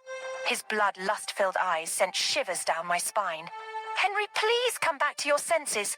"It's Ella!" I screamed, my voice trembling with fear. But Henry continued to advance towards me with steady, heavy steps. I stumbled and fell on my butt, desperately trying to move away from him. My heart pounded in my chest, threatening to burst out. Tears streamed down my face as I realized the danger I was in. "Henry!" I screamed, my voice strained and desperate as his large hand brushed against my neck, sending a sudden chill down my spine. I couldn't bear to look down, expecting the worst. "Ella!" His deep human voice called out, and I could sense the struggle within him. Fear still gripped me, making it difficult to meet his gaze. "Ella, look at me," he pleaded, his voice filled with a newfound gentleness. I slowly lifted my gaze, and to my relief, I saw him standing before me in his human form. But I could tell he was still battling his inner wolf. "Please, Ella, you need to leave. I won't be able to control it for much longer," Henry said, his voice laced with a mix of desperation and concern. In that moment, his eyes flickered between his human and wolf forms, a constant battle raging within him. I could see the torment etched on his face as he fought to restrain the primal instincts that threatened to consume him. With tears streaming down my face, I nodded, my voice barely a whisper. I understand, Henry. I'll go, but please promise me you'll find a way to control it. Henry's eyes softened and he reached out to gently touch my cheek. I promise, Ella. I will do whatever it takes to protect you, even from myself. Reluctantly, I got up from the ground, my legs shaky and weak. With one last look at Henry, I turned away, my heart heavy with both fear and love. But as I started running back towards the safety of the cabinet, doubt and concern gnawed at me. I could still hear Henry growling, and the sound of trees being uprooted echoed through the night. Should I really leave him? Can I abandon him in his time of need? No, Ella, you need to go back to him. Without hesitation, I made a decision. I turned back and started running towards the spot where Henry stood, his anger-filled glare piercing through me. Something deep within me urged me to save him, to help him find his way back to sanity. His pain was unbearable to witness. With every ounce of determination, I climbed up his massive wolf body, disregarding his attempts to shake me off. I had to save him, no matter the risk. Finally, I reached his neck and held on tightly, refusing to let go.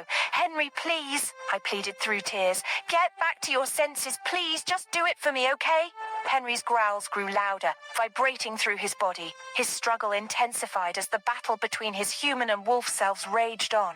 But I knew deep down that my presence, my love, had the power to anchor him to reality. I held on to him with all my strength, whispering words of reassurance and love. Slowly, his growls began to subside, replaced by pained whimpers. I could feel his body trembling beneath me as the transformation back to his human form commenced. Minutes stretched into eternity as Henry fought against the beast within him. And then, finally, his body went limp, and he collapsed to the ground, exhausted. With tears of relief streaming down my face, I climbed down from his still form and cradled his head in my lap. I gently stroked his hair, whispering words of comfort and love. He had come back to me, back to the man I knew and loved. Henry suddenly opened his eyes, but now it was back to normal. His bright eyes were back, not the bloodlust-filled ones. Then, I started feeling pain all over my body instead. My eyes glimmered and my body heated up. Ah! I winced in pain. Henry's eyes widened in shock as he saw me in distress. He tried to reach out to me, but I screamed in pain, my body convulsing with an intense energy I couldn't control. My hair turned from black to white and my eyes glowed with an otherworldly light. "Stay away from me, Henry!" I shouted, my voice filled with a power I had never felt before. I could sense the danger I posed to him, and I couldn't bear the thought of hurting him. With a wave of my hand, a surge of energy emanated from me, throwing Henry far away from me. The force of it sent him crashing into a tree, his body crumpling to the ground. "Ah!" I screamed, and I swear my voice echoed through the forest. Henry stood up from his spot and ran to me again, but he couldn't get to me before a light stopped him. It threw him away again. I started walking to him with a wicked smile, while my hair still stood on my hair with a bright white light emitting from my body. "Ella," I heard him call, but his voice was distant. What's happening to me?" I suddenly grew a black claw. Henry looked at me with a surprised look, but this wasn't me. I started stretching my hand to his neck. "Ella, what are you doing?" Henry asked, but who was to reply to him? I didn't know myself, and it felt like I was being controlled by a force I didn't know. Is this my true self? But my true self wouldn't hurt Henry. What's going on? A little before my claw got to Henry. "No!" I screamed in my head while fighting my hand. Then my head began hurting. In a swift moment, a red moon came out of the sky. Henry's point of view. The forest was all dim red, and I started to wonder what was going on, what was happening to Ella, and right now her body seemed to be calming down. My eyes suddenly caught the key on the floor. It was glowing. "Ella," I called her. She looked up at me innocently. Her hair was back to normal, likewise her nails and eyes. I walked slowly to her. "Are you okay now?" I asked. She gave me a confused look. What happened? I remember you were the one in pain. Did you do something to me? She asked while looking around her body. And why is the moon red? She suddenly gasped. She touched her neck but couldn't find the key. Looking for that? I asked her while pointing at the key. She quickly went to it and the glowing stopped. She picked it up and likewise the red moon went in. What is going on? She asked me again. You don't remember anything? I asked her. She nodded frantically. You changed? Your hair? Your eyes and everything? You look like a different person and you were about to hurt me, but I don't know why you restrained. Then the red moon came out, I explained. What is going on? I know I have not discovered my power, but what is this again? She asked, showing me a sign on her arm. It has a werewolf head with a crown on it. My eyes widened. Did you get a tattoo? I asked, because obviously that's my mark, and it's not supposed to be there unless we have intercourse together. No, I just suddenly saw it here, she asked while blinking her eyes cutely. I can't believe I still find her cute in this kind of situation. T, that's my mark, I said. You are my Luna, I added. Ella looked confused. But is it not supposed to be there after you mark me yourself according to the werewolf book I read? Ella asked. I nodded. How come? She muttered. The key suddenly began glowing again. Ella threw it down like it was burning her. Then we had a sudden laughter echoing in the forest. It's Aurora, Ella said, and I nodded. How did you find us? Ella asked, but Aurora scoffed, locking her gaze on me. But I avoided her eyes. Ella stood before me, standing like my queen, a possessive one, which she is. What are you doing here, you witch? Ella asked louder than before. We are both witches. I want him and must take him, Aurora said. Ella scoffed, then laughed. Then before you get to him, you must pass through me first, Ella snapped. Ella, Don't try to stop me, Henry. Ella shunned me. Aurora smirked. You think you can defeat me, Joke Aurora said, then laughed. Why don't you try me first? Ella asked boldly. Her eyes suddenly turned blue, her lips black. We are both a witch, fighting for a werewolf. You can never have him because I'm his mate, Ella claimed in a double voice. I'm shocked. Aurora's eyes widened in surprise, her confident smirk fading slightly. She hadn't expected Ella to possess such power, and it clearly unnerved her. You think you can stand against me? You're just a mere mortal, Aurora spat, her voice laced with arrogance. I may be mortal, but I have something you don't, Ella responded with a wicked grin. Suddenly, the surrounding air crackled with electricity, and a gust of wind whipped up, causing Aurora's long dark hair to dance wildly. Ella's hands ignited with a blue flame, and her entire body seemed to radiate an otherworldly energy.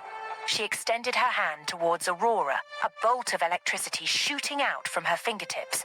But Aurora, quick and agile, managed to dodge it, cackling with laughter. You think your powers can compare to mine? I've been honing my witchcraft for centuries, Aurora taunted, her voice echoing through the forest. Ella remained unfazed. Her eyes glowed as she summoned a swirling vortex of wind around her, lifting leaves and twigs into the air. She combined her fire and wind powers, creating a torrent of flames that whipped around her in a deadly dance. The intense heat caused Aurora to sweat, her confidence waning with each passing moment. I underestimate Ella's power, likewise Aurora. Aurora retaliated, sending dark tendrils of shadow towards Ella. But they were met with a powerful barrier of light that Ella had conjured. The two forces clash in a spectacular display, illuminating the entire forest with their magical battle. They continued to fight. Their powers clashed and intertwined, creating bursts of colorful explosions.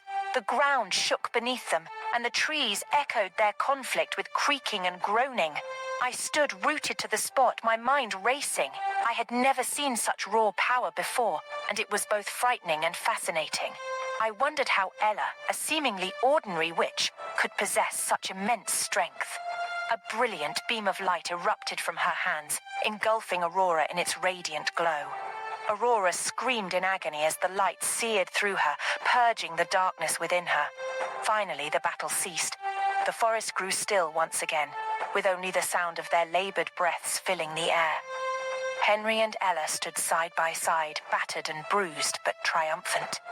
Aurora lay on the ground, weak and defeated. Her once proud posture had crumbled.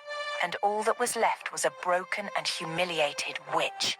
Ella turned her back on her to leave the place while I followed like a proud husband. I suddenly heard a movement behind us, and I stopped to see Aurora already up on her weak feet. "You can't defeat me!" she snapped loudly. Ella stopped too, then turned. Her eyes darkened when she saw what Aurora was doing, but it was already too late. Aurora sent a blinding blue light towards Ella, who closed her eyes for the worst, but another light from Ella's body stopped it. Her birthmark! Aurora's eyes widened when the light she threw at Ella started coming back to her. "What is going on?" she was thinking, but then Ella used her eyes to control the light, which came off in a minute. Ella gained control over the light. She felt a surge of power coursing through her veins. The energy emanating from her birthmark intensified, swirling around her in a protective barrier. With each passing second, Aurora's blinding blue light grew weaker, gradually diminishing until it dispersed completely. Aurora, bewildered and sensing her own vulnerability, retreated a few steps. Her eyes darted between Ella and the remnants of her failed attack. Fear flickered across Aurora's face as she struggled to comprehend what had just occurred. How could Ella, a seemingly ordinary witch, possess such extraordinary power? And that light? It's only from her clan. Ella has the same birthmark as her. Ella, her heart pounding, stared back at Aurora with a mix of curiosity. She had sensed a connection to her birthmark, but until now she didn't fully understand its significance. It seemed to hold secrets and untapped potential, and she wanted to uncover them. Silence lingered between the two as they assessed each other. Aurora, recognizing the potential of the birthmark Ella posed, decided to take a different approach. Instead of hostility, she adopted a calm demeanor and spoke with an air of caution. "What are you, Ella? You have our birthmark, how come?" Aurora asked, her tone laced with both fascination and wariness. "How did you do that? Your birthmark? What are you talking about?" Henry came to stand in front of Ella. "She is still recovering from the power she just discovered." "I'm not talking to you, but her!" Aurora yelled. Henry hissed. "Let's get out of here, Ella," Henry said, but what Aurora said made them stop. "Where are your parents?" Ella stopped on her track to look at Aurora. "I don't have one. I live with my uncle," Ella said. Aurora scoffed. "I'm not ready for this. You can't be my sister," Aurora said, then vanished. Ella looked at Henry, who nodded reassuringly at her. "We will get over this. Are you okay?" Henry asked while Ella nodded. "Tomorrow we begin our search again," Ella said. Henry looked at her before nodding. They both went to the chamber. It's still late at night, so they both still have time to sleep. "Will you be okay over there, or will you join me here?" Henry suddenly asked. Ella looked at the place she'd slept, then at Henry's. "See, can I sleep there with you?" she asked. He nodded quickly. Ella smiled and climbed over the bed. She hugged herself. Aurora's words left Ella in a state of confusion. Ella's mind raced with questions, trying to process what had just unfolded. The revelation of their shared birthmark and the immense power it seemed to hold left Ella feeling both exhilarated and apprehensive. She couldn't shake the feeling that there was much more to discover about herself and her abilities. Henry sensed Ella's inner turmoil. He gently placed a hand on her shoulder, offering her silent support. "We will figure this out, Ella," he whispered softly, reassuring her. Ella took a deep breath, allowing Henry's words to calm her racing thoughts. "Thank you, Henry. I don't know what lies ahead, but I'm grateful to have you by my side." Ella's voice wavered slightly. Henry gave her a reassuring smile. "We are a team, Ella," no matter what he said, his voice filled with unwavering confidence. "You know I love you, right?" Henry suddenly said, moving closer to her on the bed. He kissed her bare shoulder since she was just in armless wear. Ella shivered. A sudden pleasure built up inside of her that instant. Henry kissed her shoulder again. I know, she stuttered. Henry smiled a little. He kissed her neck next while his arm found her waist. "H," Henriella called, silently moving into his arms in a way they were cuddling. Henry hummed in reply. He was still kissing her neck, making sure there was a love bite. "Phew. What are you doing?" Ella asked. But her voice came out as a moan. Henry's hand rubbed her waist gently. "I don't know, I suddenly want to do this. Henry whispered in her ear. He looked up from her and, magically, the small light in the room went off. His eyes pierced into hers. Ella looked back at him. Even though the light is off, they can both see each other. He began leaning in. Ella's hold on his shirt became so tight that Henry could feel it. He stopped. "Is this your first kiss?" he asked out of nowhere. Ella blushed, then looked away. "No," she replied slowly. Henry frowned. "Who was the bastard?" He growled lowly. Ella's heart raced at that. Henry's jealousy said he was not always cool. H. Henry. Ella stuttered. Henry sighed, then clapped her face in his hand. "I'm sorry about that. Did I scare you?" Henry asked worriedly. Ella nodded frantically. Henry sighed again, then rubbed his cheek. "I'm sorry," he muttered, then started leaning in again. This time around, Ella wrapped her arm around his neck, then pecked his lips herself. Her cheek reddened as she looked away. Henry chuckled. He used his palm to bring back her cheek before claiming her lips gently. His hand slowly moved to her waist again, then her laps. He started rubbing them gently. Ella shifted slowly under him, and that suddenly caused some craving he didn't know in him. He suddenly broke the kiss. Ella looked at him. His hand left her lap too as his eyes began changing color. Ella's heart almost jumped to her mouth. "Is he turning again?" Ella stood up from him while pushing him away. Henry groaned and growled at the same time. Normally, he's not supposed to be in his human form at night. He began changing slowly then. "Ella, I want you." Ella's point of view. "OMG, he's turning again. He wants me, but no, I can't let him, not in his wolf form. Henry!" I screamed out loud as I ran to one corner of the house. I used a cloth to cover myself while he growled loudly in the room. I shivered with fear. After an hour, his growls became fainter, almost indistinguishable. I sat still, too afraid to come out from under the cloth. I felt exhausted and sleepy, but the fear of his transformation kept me on edge. The next morning, I woke up in an uncomfortable position. The room was eerily silent, where even the slightest sound could be heard, making it feel deafening. "Henry," I called out slowly while uncovering myself from the cloth. I moved carefully, taking steady and silent steps towards him. I found him seated by the bedside, his head resting on his lap. He had already transformed back into his human form. I approached him cautiously. "Henry," I called out in a whisper, and he looked up at me. "Ella?" he called out, sounding more like a question than a statement. I smiled slightly and went in to hug him. He hugged me back tightly. "I'm sorry about last night. I didn't hurt you, right?" he asked anxiously, checking my body for any signs of injury. I reassured him with a nod. "I'm sorry," he said again, but I shook my head, a small smile playing on my lips. "We really have to find something to do about your curse," I said, genuinely concerned for him. "Ella!" We suddenly heard someone shout from outside. That voice. It sounded familiar, but it couldn't be. I stood up and Henry followed suit as we stepped out together. It was the person I assumed. My uncle! How did he get here? "Uncle, how are you here? How did you know we were here?" I asked, stuttering with shock and confusion. "What are you doing here with this unfortunate wolf? He will hurt you," Uncle Clem yelled as soon as I finished speaking. Henry growled, and I tightly held his hand for support. "Uncle, Henry is not unfortunate. Don't say that again.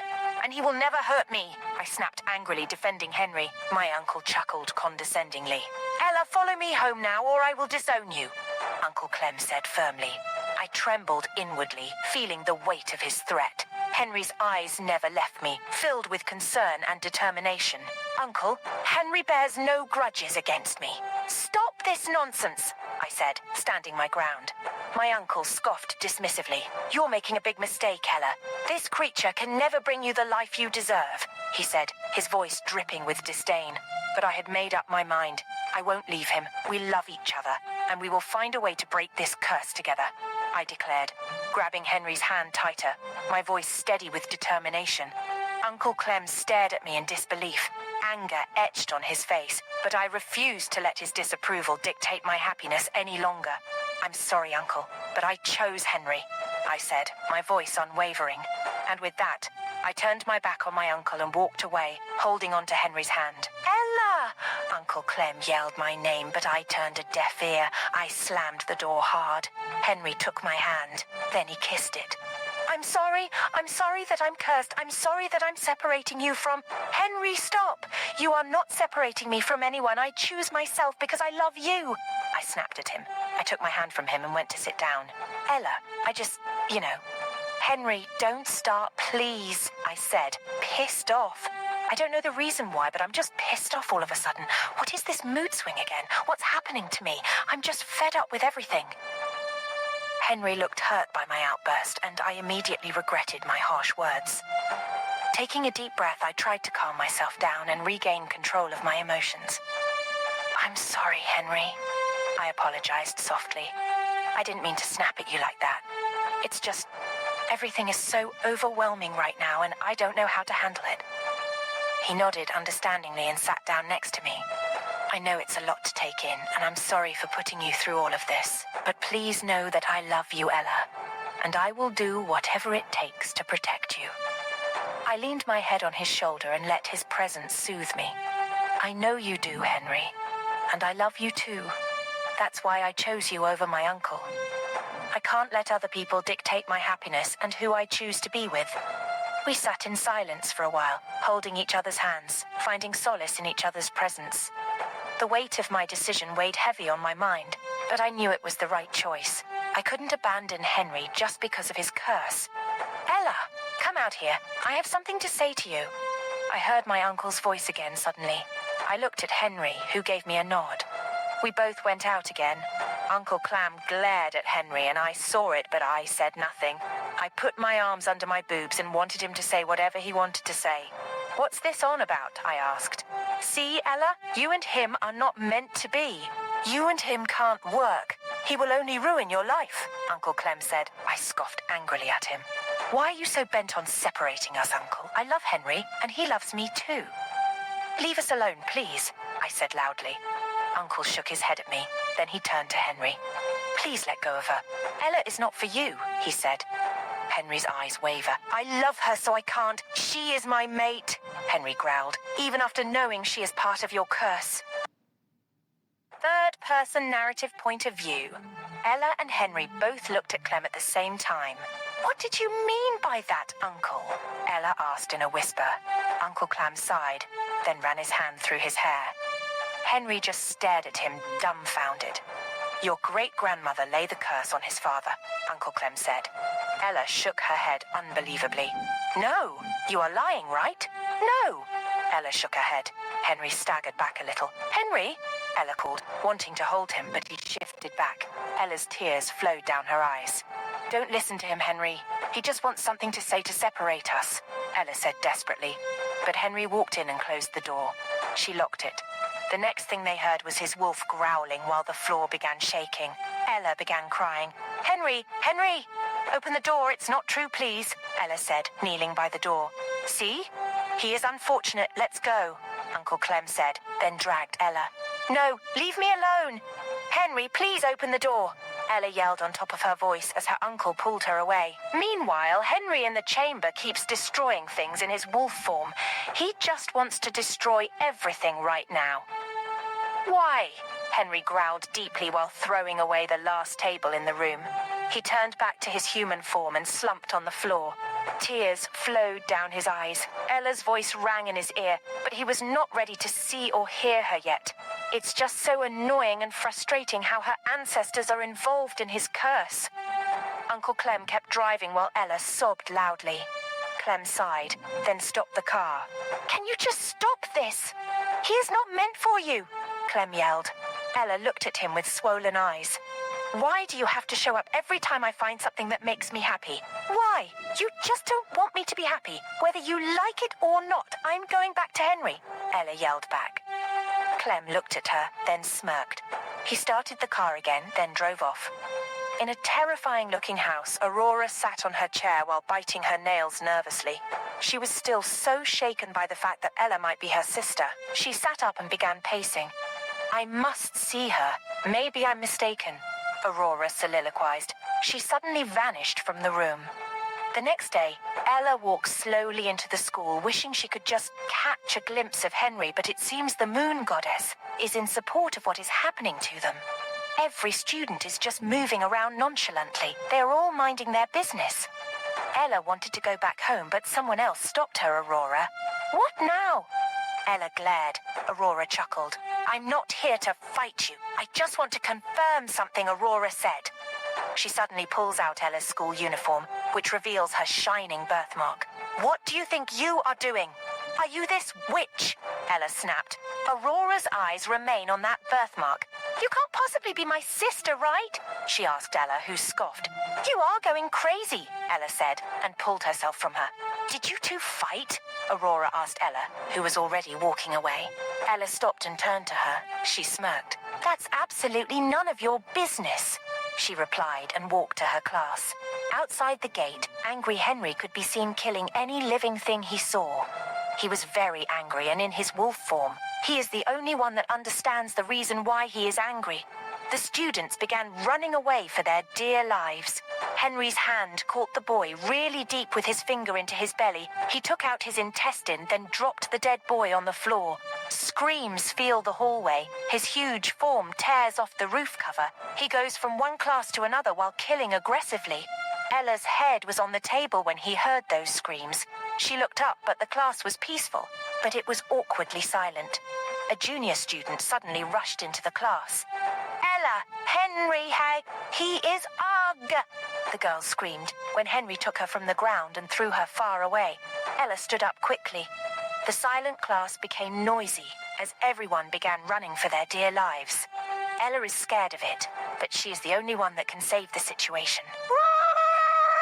Henry growled loudly, and the class began shaking. Ella's tears dropped from her eyes. Henry walked towards a girl who was already shaking on her seat. Henry, no! Ella rushed in front of the girl while looking at Henry's wolf eyes. They are deadly and could kill right now. Run! Ella said to the girl behind her, who ran away. Henry became more angry and growled loudly again. Henry, please stop, please! Ella yelled in tears, but Henry took her by her neck, choking her real hard. Ella coughed and struggled to get out of his hold. She called, coughing while her tears flowed freely. P-L-R-C, she stuttered slowly while trying to get his big hand from her neck. Henry, Ella suddenly called. Loudly, he released her and moved back from her. Ella fell on the floor almost lifeless, but she was still breathing. No, I'm sorry, Ella said from the floor while crying profusely. Henry growled again, then turned into his human form. His face was hurt, but was it Ella's fault? Please, let's just go back to what we are. Let's go back to find the pot of solution. I don't mind, but just don't ignore me. I miss you so much, Ella cried while holding her hurting heart. Henry looked at her emotionless. His mind was just blank, and he didn't know what to say to her at the moment. Henry, please talk to me. I miss your voice so damn much, please, Ella cried out again. I don't want to see you again. Stay away from me. Third-person narrative point of view. At school. Henry walked out of the class, leaving Ella crying on the floor. Her heart was bleeding. It hurt so much more than she could imagine. Did Henry just reject her? No! Ella stood up from the floor and ran to the direction he was taking, but he was nowhere to be found. Ella flagged down the cab and got in. The cabman dropped her at the entrance of the chamber and she went in, but she kept silent.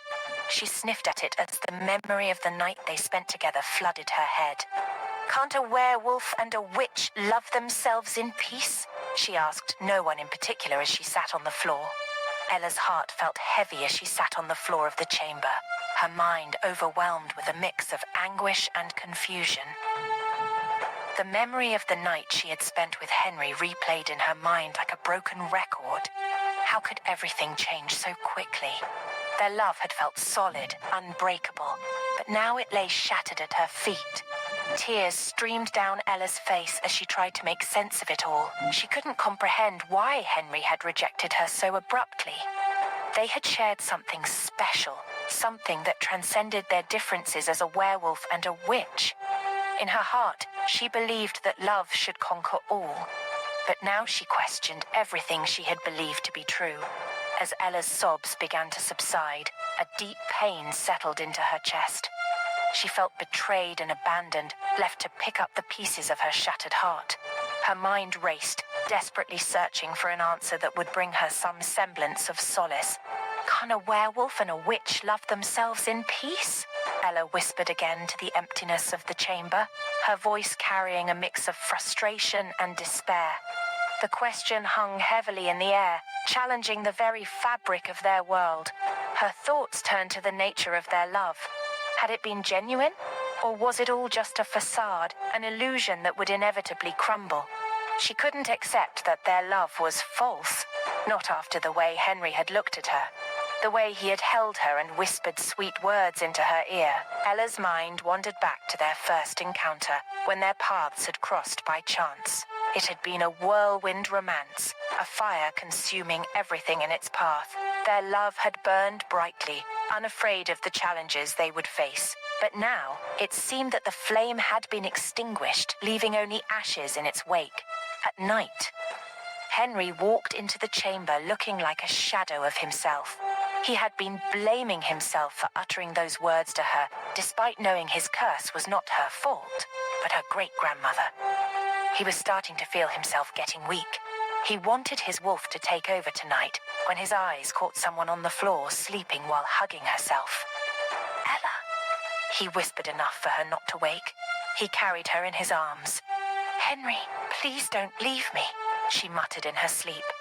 Henry chuckled at her cuteness before dropping her on the bed. He sat beside her while caressing her cheek. He regretted ever telling her to stay away from him. I'm sorry, he whispered. Suddenly, Ella's eyes opened and she sat up. Henry stood up from the bed, trying to go out. Please don't ignore me. Ella watched as Henry attempted to leave, her eyes pleading with him to stay. She couldn't bear the thought of him shutting her out after their recent confrontation. Pushing aside her own muddled thoughts and fears, she mustered the courage to speak up. Please, Henry, she pleaded, her voice laced with vulnerability. Don't ignore me. I need to understand. I need to know why you're pulling away. Henry froze, his hand resting on the doorknob. He turned back to face her, his expression a mix of pain and longing. His internal struggle was evident in his eyes, and Ella could sense the torment he was going through. She took slow, hesitant steps toward him, hoping to bridge the emotional distance that had grown between them. I can't lose you, Ella continued softly, her voice cracking with emotion. Not when I finally found someone I care about, someone who understands me. Please, Henry, tell me what's going on. Help me understand. Ella, I never wanted you to be a part of this darkness, he murmured, his voice heavy with regret. When I told you to stay away from me, it was because I feared what might happen. The curse that plagues me is not your fault. It goes back generations to your great-grandmother. I carry the burden of a beast within me, a curse that turns me into a wolf under the full moon. Ella listened, her heart break for the pain he had endured in silence. She felt the weight of his words settle over them like an invisible shroud. Stepping closer, she reached out and gently touched his arm, her touch a soothing balm to his tormented soul. Henry, you don't have to face this alone, she said resolutely, intertwining her fingers with his. I understand that this curse is not your fault, and I don't want you to push me away because of it. We can face it together, navigate the darkness as a team. Tears shimmered in Henry's eyes as he looked at Ella with tear-filled eyes. After what I did to you earlier? Henry asked in guilt. Ella shook her head. I'm fine. I know you did that just to turn me away from you, right? Ella asked. He looked away. Your uncle. Just focus on me, not anyone for now. I miss you so much, Ella said, putting her hand on her waist. Henry looked at her, then cursed inwardly at how swollen her eyes were. Don't say anything, just kiss me, Ella whispered. Third-person narrative point of view. No, not now. I don't want to turn back again that night. It always scares you away from me, Henry said, and just pecked her lips. Ella hugged him tightly. I'm feeling sleepy, Ella muttered. Henry carried her in a bridal style to the bed and lay her properly. He lay beside her. We will continue the search for the pot of solution tomorrow, Ella said, placing her heart on his chest. Henry hummed. The next morning, Ella yawned tiredly as she sat up on the bed. The events of the previous night still lingered in her mind, but she pushed them aside, determined to focus on finding a solution. Rubbing her eyes, she looked over at Henry, who was still fast asleep beside her. His peaceful expression brought a small smile to her face. Taking a moment to gather her thoughts, Ella got out of bed and made her way to the window. She pulled back the curtains, allowing the soft morning light to filter into the room. The gentle rays of sunshine gave her a glimmer of hope, reminding her that a new day had begun. Ella glanced at the clock on the wall and realized it was already late. She knew they needed to get started on their search for the pot of solution as soon as possible. She walked back to bed and gently shook Henry awake. "Henry, it's time to wake up," she said softly. Henry stirred, blinking his eyes open. As he adjusted to the morning light, he looked at Ella with a mixture of curiosity and concern. "What time is it?" he asked, his voice still husky with sleep. "It's late already," Ella replied. "We need to continue our search for the pot of solution today." Henry nodded and sat up, stretching his arms above his head. "Let's get ready and head out," he said. She quickly freshened up and changed into comfortable clothes, ready to face the challenges that lay ahead. Meanwhile, Henry prepared a small bag with provisions and essentials they might need during their journey. As they finalized their preparations, Ella couldn't shake off the uneasiness that lingered within her. The thought of turning again plagued her mind, reminding her of the countless times it had driven a wedge between her and Henry. But this time, she refused to let fear dictate her actions. She was determined to find a way to break the curse that had haunted them for far too long. Once ready, Ella and Henry left their home, setting out on their quest. They walked hand in hand down the familiar bush, their footsteps echoing with a renewed sense of purpose. They finally walk out of the bush after much walking. They both look at each other. Ella sighed tiredly. "Henry, I'm tired. Why don't we find somewhere to sit?" Ella said. Henry nodded. "Okay, over there." Henry looked in the direction Ella pointed and noticed a pleasant-looking clearing ahead. It had a few scattered boulders that seemed perfect for resting. He nodded in agreement and they made their way toward the inviting spot. They reached the clearing and settled down on one of the boulders. Ella leaned her head against Henry's shoulder, feeling the weariness in her bones. Henry wrapped an arm around her, offering support and comfort. The serene atmosphere of the clearing embraced them, providing a temporary respite from their quest. "I never imagined this journey would be so challenging," Ella said, her voice filled with a mix of frustration. "But we've come this far and we can't give up now." Henry squeezed her hand reassuringly. "I know it's been difficult, Ella. We'll find a way to end the curse and finally live a normal life free from these transformations." Ella looked up at him, her eyes reflecting love. "I love you, Ella," Henry whispered. "No matter what happens, I'll always be here supporting you." They sat in silence for a while, gathering their strength and reflecting on how far they had come. After a brief but rejuvenating break, they got up from the boulder, ready to continue their search. They resumed their journey. They explored the surrounding area, looking for any signs or clues that might lead them to the elusive pot of solution. They traversed dense forests, crossed meandering rivers, and climbed steep hills, their determination keeping them going. Along the way, they encountered helpful villagers who shared stories and legends that could potentially hold the key to their search. They listened intently, hoping to stumble upon a vital piece of information that could change their lives. Days turned into weeks, and yet they remained undeterred, their commitment to finding the pot of solution unshaken. "Gosh, this is so tiring," Ella said when she was making a roasted fish. Henry actually caught one at the river behind the treehouse they made. "Where did you think the pot would be?" Ella suddenly asked Henry, who had just looked at her. He is tired too. It's been 2 weeks since they started this, but there is no hope they'd find anything anytime soon. "Henry?" Ella called when she got no response from him. Henry looked at her, then sighed. "I don't know, Ella. I'm just tired. I'm even thinking of giving up and just pretending it never happened," Henry said. Ella went to him, then held his hand. "Don't you dare. We have come this far and stop having that mindset," Ella scolded. "But help!" They suddenly heard a feminine voice yell. Ella and Henry stare at each other in a locked gaze. "Help!" The voice came again. They both stood up at the same time, then walked in that direction. "There is a little girl who has a wild dog running after her," Henry growled. The dog stopped, then turned and ran away. The little girl sat on the floor, still frightened. She was breathing heavily. Taking in her clothes, she must have been from a wealthy family. "My princess," they suddenly heard a voice. Third-person narrative point of view. Henry and Ella stare at each other, then the girl. "My princess, I'm sorry. Please punish me." A little girl of the supposed princess bowed her head while rubbing her hands together. "Amber, I have told you times without number I want to be treated as a normal person just for once," the princess said, then scoffed. "Thank you. I'm Ella and he is Henry." Ella introduced. The little princess has her dentals shining.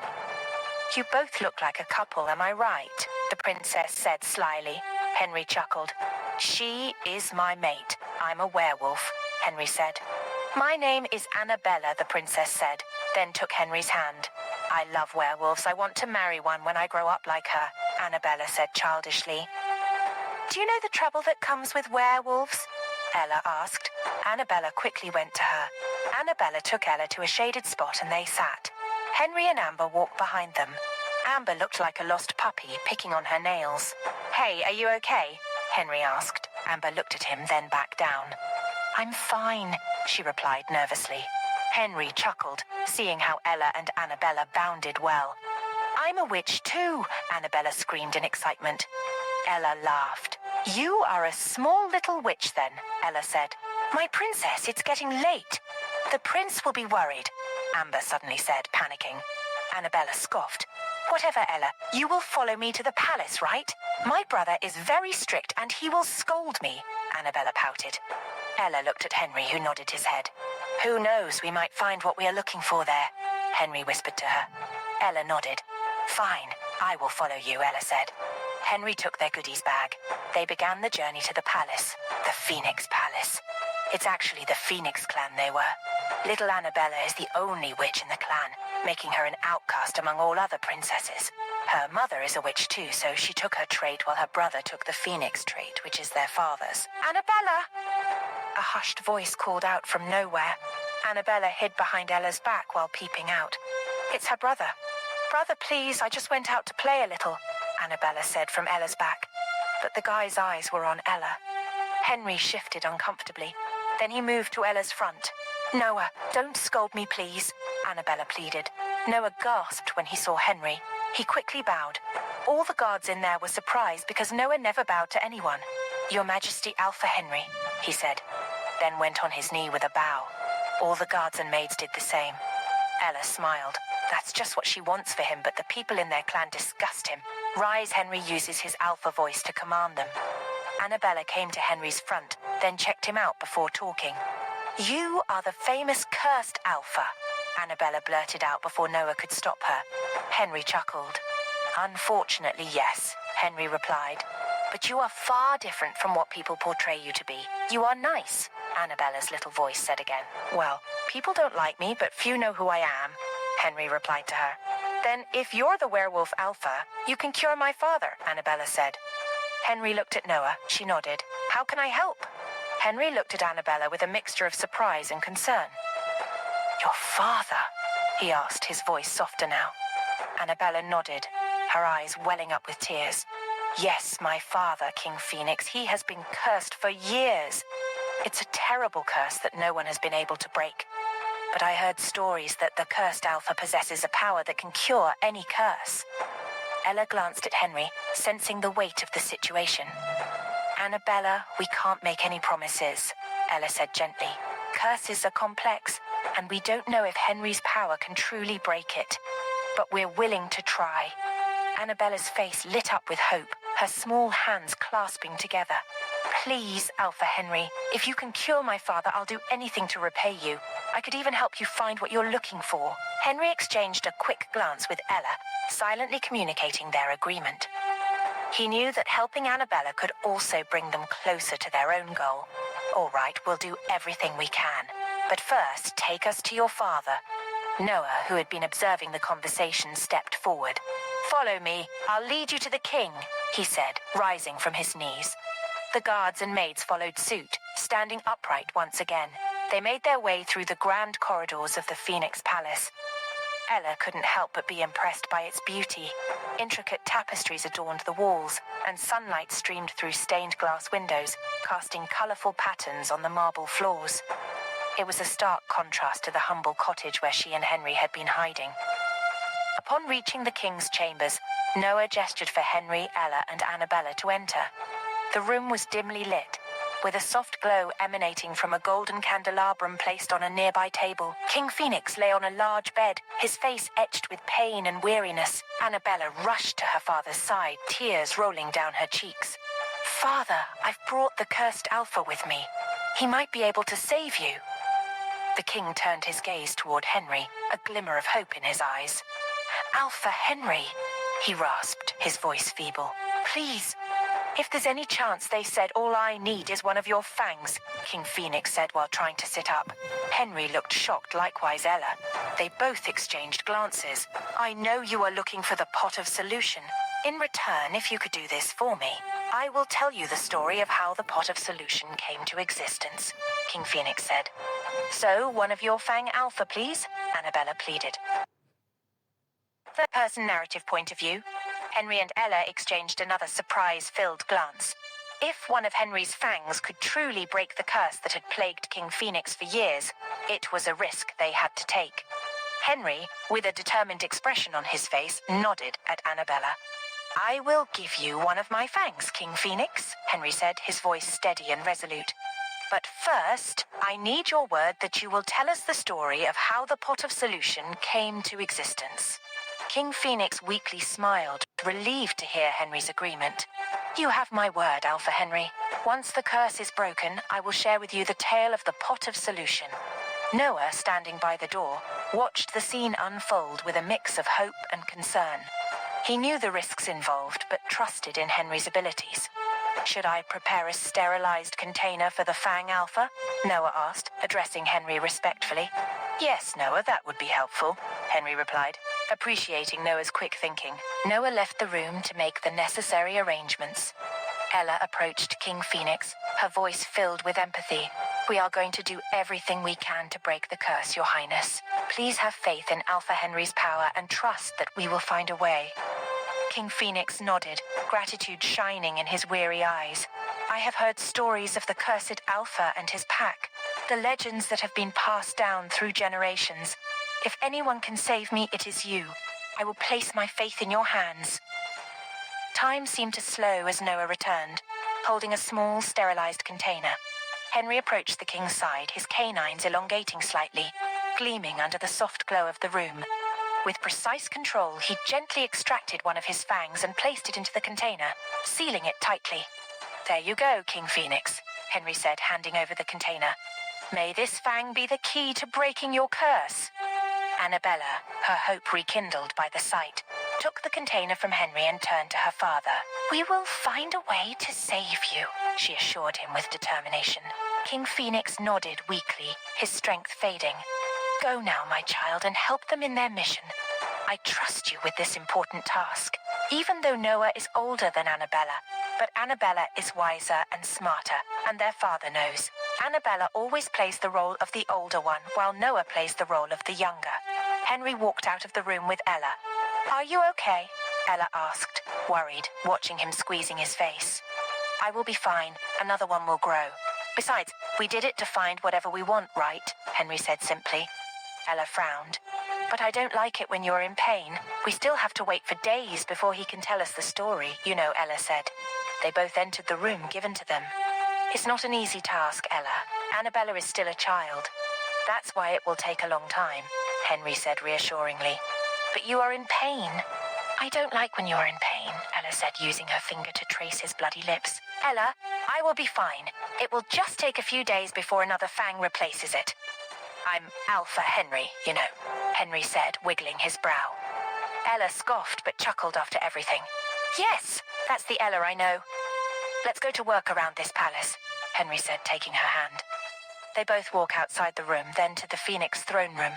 Ella wowed at how massive and tall the throne chair was. "They are so rich here. Are you not amazed?" Ella asked Henry, who only kept a blank face.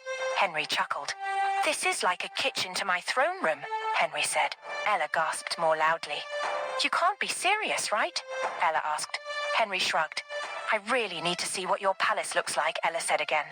They began walking out of the throne room. They found themselves in a big flower garden.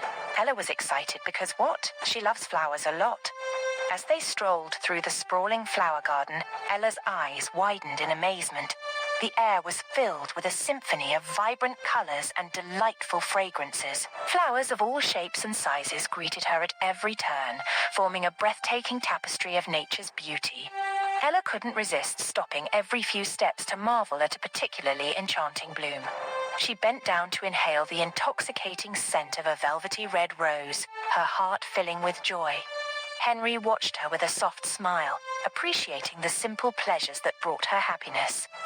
You see, Ella, Henry said, the beauty of this garden is a slice of paradise that I'm fortunate to have in my palace. However, it pales in comparison to the beauty that lies within you. Ella blushed, flattered by his words. Her eyes sparkled with a mixture of gratitude and affection. She reached out and gently clasped Henry's hand, intertwining their fingers as they continued their leisurely walk. As they moved deeper into the garden, Ella noticed a variety of exotic flowers she had never seen before. There were delicate orchids in shades of purple and pink, their petals resembling intricate pieces of art. Towering sunflowers swayed in the breeze, their golden faces turned towards the sun. And nestled among the green foliage, she spotted vibrant tulips, daisies, and lilies, each flaunting its unique charm. Oh, Henry, this garden is a treasure trove of wonder, Ella exclaimed, her voice filled with joy. She walked towards the flowers.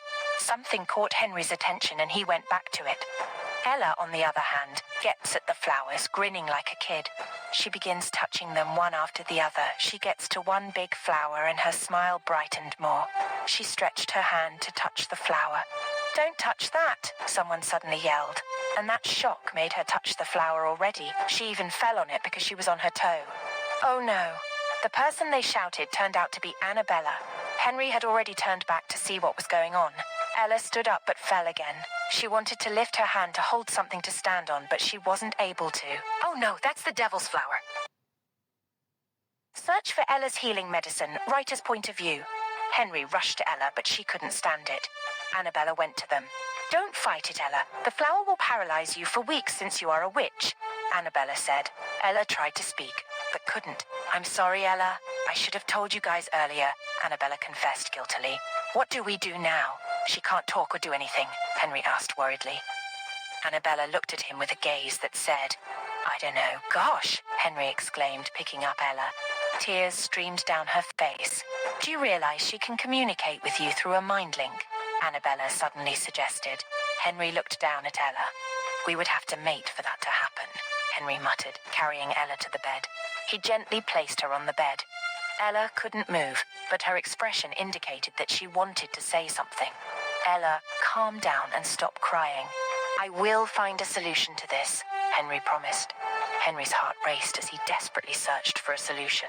The sight of Ella's teary eyes tore at his soul, fueling his determination to find a way to help her. Annabella watched them with concern and guilt, her mind racing through the possibilities. Annabella's voice quivered as she spoke. I might know someone who can break the paralysis.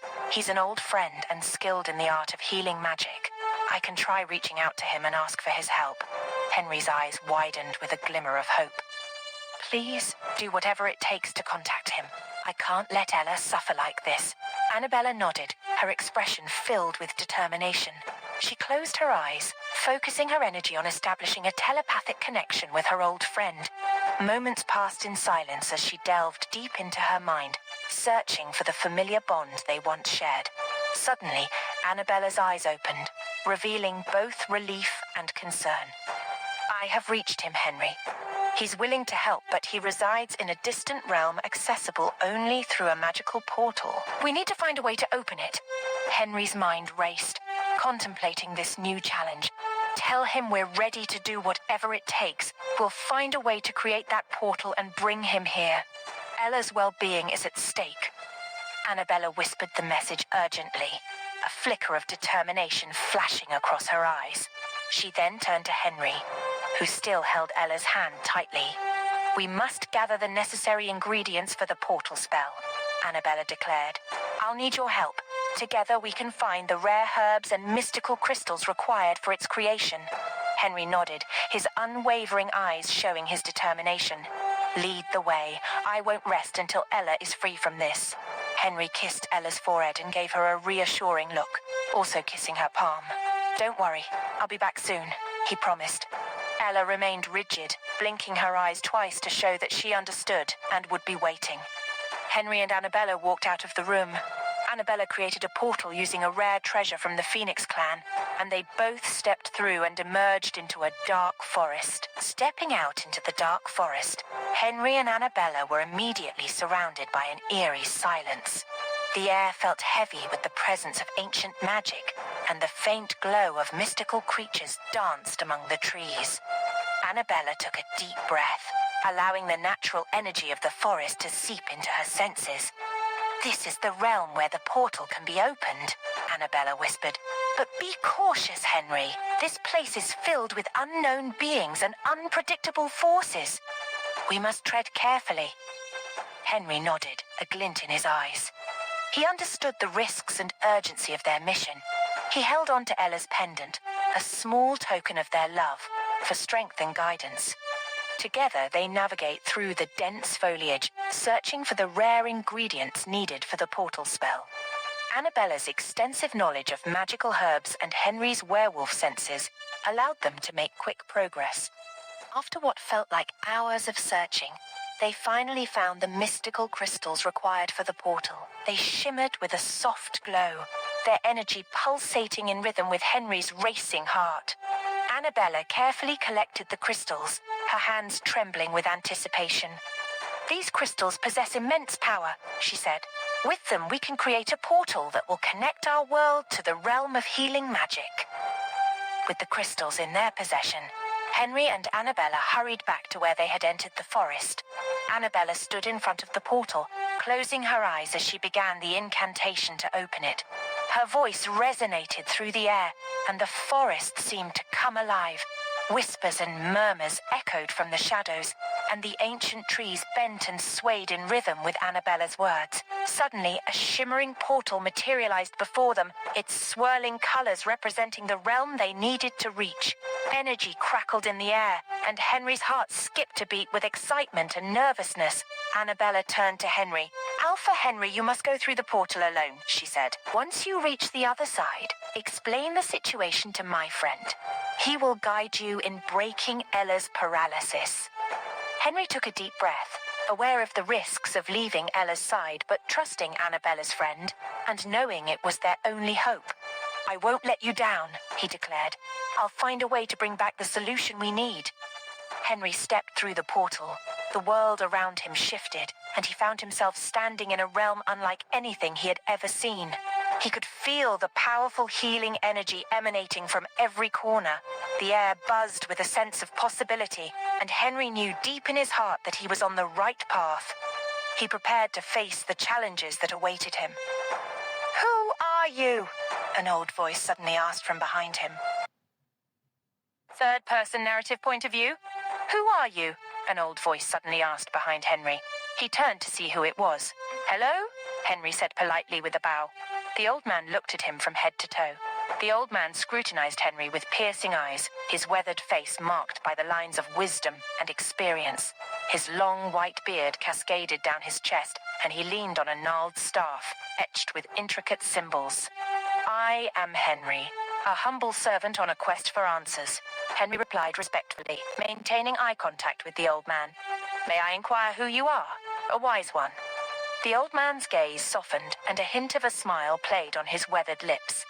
"I am known as Elder Tiberius," he said, his voice carrying a soothing yet commanding tone. "I am the guardian and caretaker of this realm, entrusted with its ancient knowledge and secrets." Henry felt a surge of hope fill his heart. Surely this wise elder held the key to unlocking Ella's paralysis. "Elder Tiberius, I seek your guidance and assistance," he implored. "My companion Ella has fallen victim to a mysterious paralysis. Annabella, the Princess of Phoenix, sent me here to find a solution." The elder's eyes sparkled with understanding as he nodded slowly. Ah, the princess has chosen well to direct you to me, he said, his voice carrying a sense of purpose. The path to breaking Ella's paralysis lies in the ancient healing rituals of this realm. However, it is not a journey to be taken lightly. Henry's resolve hardened, and he straightened his posture. I am ready, Elder Tiberius, he asserted, his voice steady with determination. I will do whatever it takes to bring back the solution to save Ella. Elder Tiberius regarded him with a mixture of admiration and caution. Very well, Henry. Before we embark on this arduous journey, you must prove your worth. Only by demonstrating your commitment and strength can I entrust you with the sacred knowledge that will free your companion. Henry felt a surge of anticipation course through his veins. He was prepared to undergo any trial, no matter how challenging, to aid Ella. With a deep breath, he met the elder's gaze. I am ready to face whatever tests lie ahead, Elder Tiberius, he affirmed. The elder nodded approvingly. Very well, young one. Your first trial awaits you in the sacred grove, a place of ancient power and mysticism. Journey there and seek the White Lotus, a symbol of peace and love, Elder Tiberius said. Henry nodded thoughtfully. But how do I get there? Henry asked. Elder Tiberius paused for a moment, his eyes filled with wisdom. He spoke in a voice that seemed to carry centuries of knowledge. The path to the sacred grove is veiled in secrecy, young Henry, he began. Few have ventured there, and even fewer have returned. But fear not, for I shall guide you. He reached into the folds of his robe and retrieved a weathered map, yellowed with age. Unfolding it, he revealed a series of intricate symbols and cryptic markings. This map holds the key to unlocking the hidden path, Elder Tiberius explained. Follow its guidance, and it shall lead you to the sacred grove. Henry studied the map intently, trying to decipher its enigmatic contents. Ancient runes and swirling patterns danced across the parchment, a testament to the mysterious realm that awaited him. Remember, Henry, the elder cautioned, the journey is treacherous, and the world beyond the veil is fraught with dangers. Your resolve will be tested, and your faith will be challenged. But trust in yourself, and trust in the purpose that fuels your heart. Nodding resolutely, Henry folded the map with care and tucked it into his own satchel. His determination burned brighter than ever. I will not falter, Henry vowed. I will find the White Lotus and bring back the solution for Ella. Elder Tiberius placed a hand on Henry's shoulder, his touch both reassuring and commanding. Go forth, young one, he said, his eyes filled with unwavering belief. May the ancient spirits guide and protect you on this quest. Return to us with the White Lotus, and you shall find the answers you seek. With a final nod of acknowledgement, Henry turned away from the elder and stepped forward. The weight of the task ahead rested heavily on his shoulders, but his determination blazed like a beacon in the darkness. Henry ventured into the unknown, embarking on a journey that would test his mettle. His thoughts never wavered from Ella. He clung to the memories of their laughter, their shared dreams, and the love that bound them together. Through dense forests, treacherous mountains, and winding valleys, Henry pressed on. Challenges emerged along the way, testing his strength, cunning, and resilience. Each obstacle he faced fueled his determination, reinforcing his commitment to overcome every trial that came his way. Eventually, guided by the map, Henry entered a forged forest whose silence was eerie. Henry shook as the cold air of the forest hit him. Guide me, moon goddess, he muttered, then began moving forward. He stepped on a long tree and began tracing it according to the map. After what seemed like forever, Henry got away from the long tree and stepped on the land. Suddenly, the air began blowing in full force. Everything in the forest began swaying around, including Henry's clothes. Henry covered his face with another so that not to enter it. As the wind howled through the forest, Henry struggled to keep his footing amidst the turbulence. Sand and debris swirled around him, stinging his exposed skin and obscuring his vision. With an instinct honed by determination, he pressed forward, determined not to be deterred by the tempest. After a while, the wind stopped and Henry stopped too. A blinding light came from the upper part of the forest and a figure appeared. The light went off, only the figure. Henry looked up and was shocked at who he saw. Third-person narrative point of view. Back at the Phoenix Palace in a sacred room stood Annabella is back to the clan, and in front of her was Henry's fang. Annabella stood in the sacred room, holding the container that held Henry's fang. The weight of the task ahead settled heavily on her shoulders. She took a deep breath, centering herself, and allowed the ancient powers within the room to envelop her. The room, adorned with symbols and relics from generations past, emanated a comforting energy. Annabella felt a connection to her ancestors, knowing that they too had faced difficult challenges and overcome them. She closed her eyes and focused her thoughts, calling upon the wisdom of her lineage. The whispers of her ancestors filled her mind, guiding her steps on this perilous journey. She knew that she needed to gather the necessary ingredients and perform the ritual as soon as possible. Annabella opened her eyes, determination shining in her gaze. With a swift movement, she securely placed the container into a hidden compartment within her satchel. It was time to gather the remaining components for the ritual. She navigated through the palatial corridors, her steps swift and purposeful. She relied on her memories and intuition to guide her to the secret storeroom. This room was known only to a select few, and Annabella was grateful for that knowledge. As she entered the storeroom, the air seemed charged with ancient energy. Rows of shelves lined the room, filled with jars and containers, each holding a precious ingredient. Annabella's eyes scanned the room, searching for the rare elements she would need. Carefully, she gathered a bundle of nightshade flowers, their purple petals vibrant against the dark green leaves. She knew of their toxic properties, but they held the key to breaking the curse. Next, she found a vial of moonstone powder, glimmering softly in its tiny container. Her fingers brushed against a delicate phoenix feather, its iridescent colors shimmering in the dim lighting of the room. Annabella knew that this feather would bring the necessary strength and renewal to the ritual. Finally, she found a vial containing the essence of a sacred herb, a gift from the spirit realm. This herb was known to have powerful healing properties, and Annabella knew it would aid in purging the curse from her father's body. With all the ingredients in her possession, Annabella hurriedly left the storeroom, her mind focused on the next steps of the ritual. She returned to the sacred room and laid out the ingredients in careful arrangement on a stone altar. Annabella took a moment to steady herself, grounding her energy before beginning the ritual. She recited the ancient incantation passed down through her lineage, her voice filled with hope. The room seemed to come alive, the energy swirling around her as she chanted the words.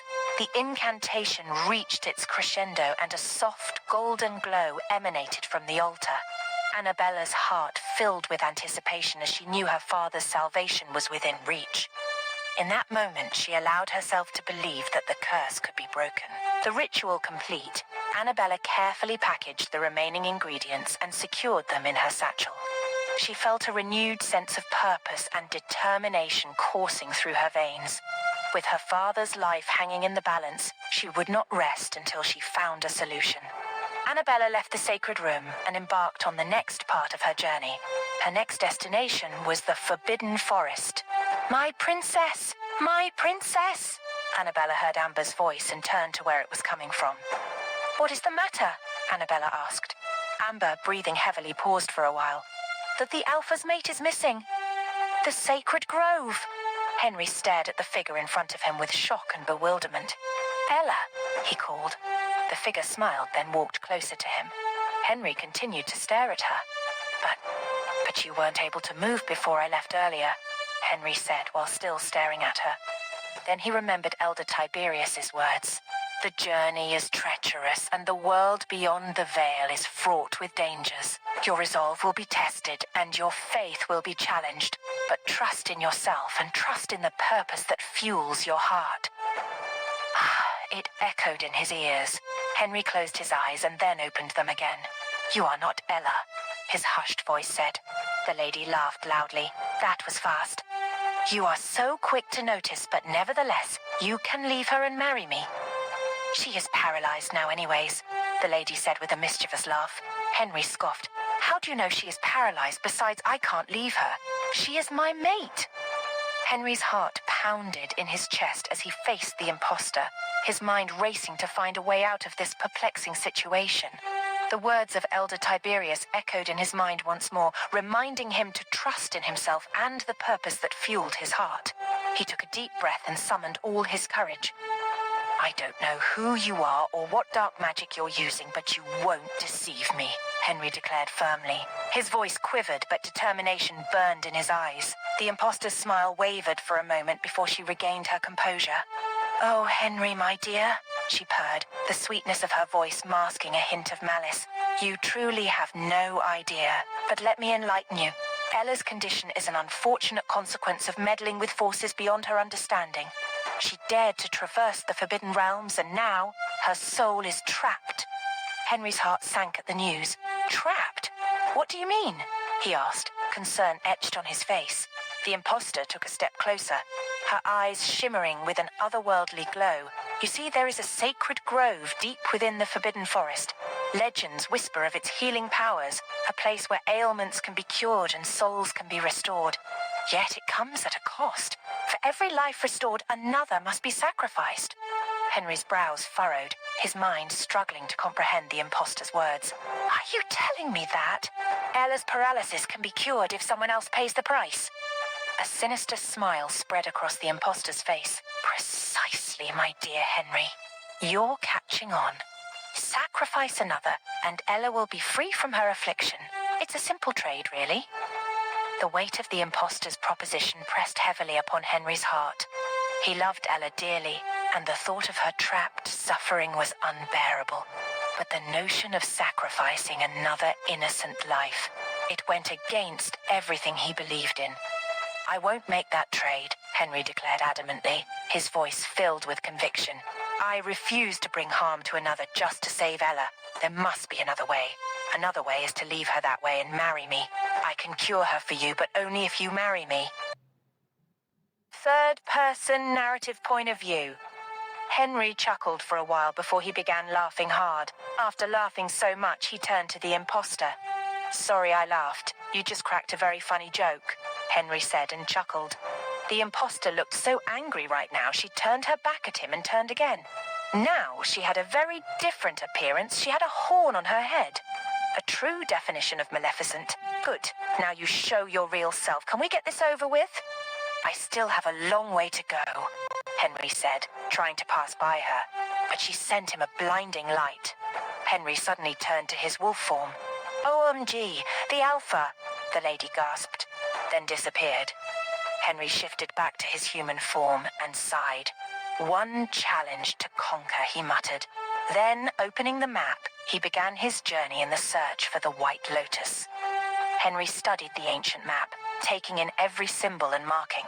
The path to the sacred grove seemed treacherous, with winding trails and hidden obstacles, but he was ready for the challenge. Henry ventured forth into the unknown. The dense forest loomed ahead, its towering trees whispering ancient secrets. He could almost feel the palpable energy of the sacred grove calling out to him, urging him to press on. Navigating through the wilderness was no easy task. Henry had to rely on his instincts and the guidance of the map, deciphering each symbol and aligning it with his surroundings. Every step was a test of his resolve, as he encountered steep cliffs, rushing rivers, and thick undergrowth. As he advanced, the air grew increasingly charged, tingling with magic. The very essence of the grove seemed to permeate through the dense foliage. Henry could hear whispers in the wind, like echoes of forgotten tales and untold legends. Hours turned into days, but Henry pushed forward, fueled by an unwavering determination. He climbed rugged mountainsides, crossed perilous ravines, and swam through icy streams. He faced creatures of darkness and illusion, teasing his senses and testing his courage. Finally, after what felt like an eternity, Henry stood at the entrance to the sacred grove. The air was heavy with the scent of blooming flowers and the earthy fragrance of ancient trees. Rays of sunlight pierced through the canopy above, casting an ethereal glow upon the sanctuary. He set foot inside, and time seemed to stand still. The grove was a breathtaking display of nature's splendor. White lotus flowers bloomed in the crystal-clear pond at the center, their petals radiating a soft luminescence. Around them, ferns and moss covered the ground, creating a tapestry of vibrant greens. Henry approached the pond, his heart filled with reverence. He knelt down before the white lotus, its delicate beauty captivating him. He reached out and gently plucked a single blossom, holding it close to his heart. At that moment, a soft voice echoed through the grove. "You have passed the first trial, Henry. The white lotus acknowledges your purity of spirit and your unwavering desire for peace." The voice belonged to a guardian spirit, revealed in the form of a shimmering figure. It was an ethereal being, adorned with flowing robes of silver and a crown of blossoms atop its head. Its eyes sparkled with wisdom and kindness as they floated gracefully toward Henry. "Do you have a solution to your curse yet?" the voice said again. Henry shook his head. "Will you help me with that?" Henry asked. "The answer lies within you. Go and save your mate, it's been. A day in paralysis will weaken your mate bond. Hurry," the guardian said and disappeared. "The answer lies within me," Henry muttered, but Ella came to his mind. "Ella," he muttered, remembering the state he left her, every piece of her body paralyzed. Henry stood up and began his journey back to the Phoenix Palace. He stopped by Elder Tiberius's cottage and thanked him for his kindness. Days after Phoenix Palace, Henry walked into the palace, then straight to the room where Ella lay, her body frozen in a state of paralysis. The lush grove and the enchanting pond faded into the background as his mind focused solely on reaching his mate. Henry entered the room. He found himself in a race against time. Ella's condition had worsened since he had left her. She lay on the bed, her eyes filled with fear and desperation. The once vibrant and lively woman he loved now appeared fragile and helpless. "Henry," she called in her mind, and surprisedly he heard that. "I can't move. I'm scared." Henry's heart ached at the sound of her voice and the sight of her vulnerability. He moved closer to her, his hand gently caressing her cheek. "I'm here, Ella. I won't let anything happen to you," he reassured her, his determination lending strength to his words. He took a moment to observe her condition more closely, studying the paralysis that had befallen her. He recalled the guardian spirit's words. "The answer lies within you." These words echoed in his mind, urging him to delve deep into his own being for a solution. Closing his eyes, Henry focused his thoughts, delving into the depths of his soul. He summoned memories of their time together, their love, and the powerful bond they shared. It was a bond that transcended physical limitations, a bond forged through trust, companionship, and a passion for one another. As he concentrated on their bond, Henry's mind became a canvas of possibilities. He imagined golden threads of energy intertwining with his mate, weaving a tapestry of strength and healing. Visualizing this connection, he willed the strands to pulse with a radiant light, infusing Ella with its power. To his astonishment, he felt a surge of energy enveloping him, originating from the depths of his very being. It coursed through his veins, crackling with an otherworldly intensity. Opening his eyes, he saw that the golden threads he had envisioned manifested physically, shimmering in the air and weaving their way toward Ella. With each passing moment, the paralysis that had gripped her limbs began to wane. Henry watched in awe as the golden threads gently caressed Ella's body, dissolving the invisible shackles that had bound her. Color returned to her cheeks and her eyes regained their sparkle. Gradually, "Days before, my princess, the Alpha's mate, is missing," Amber said, breathing heavily. "What?" Annabella said and rushed towards the room. Third-person narrative point of view. Annabella rushed into the room and Ella really was nowhere to be found. Annabella looked around, then made some incantation. "Ella is there, but her body is kind of disappearing." "Don't worry, you can go," Annabella said to Amber, who came out of the room. Annabella took out a feather like something from her dress, then touched the bed with it. Ella appeared again. She looked at Annabella with a look that said, "What happened to me?" Annabella smiled at her. "Don't worry, Ella. I trust Henry found the medicine already," Annabella said, while Ella just stared at her. Present day. Color returned to her cheeks, and her eyes regained their sparkle. Gradually, Ella opened her mouth. "Henry," she whispered in a very small voice. Henry smiled, then helped her up. Ella lifted her hand and she could. "I'm back! My body is back!" Ella almost screamed out, but stopped herself. She looked at Henry with tear-love-filled eyes before hugging him. Thank you so much, she whispered in his ear as she hugged him tightly. Henry hugged her back. Anything for you, he said while patting her back like a baby who needs her mother's attention. Ugh. Someone cleared their throats behind them. Ella looked up from Henry's shoulder. Annabella was standing with a smile on her face. I see you are healed now, Annabella said. Ella disengaged from the hug.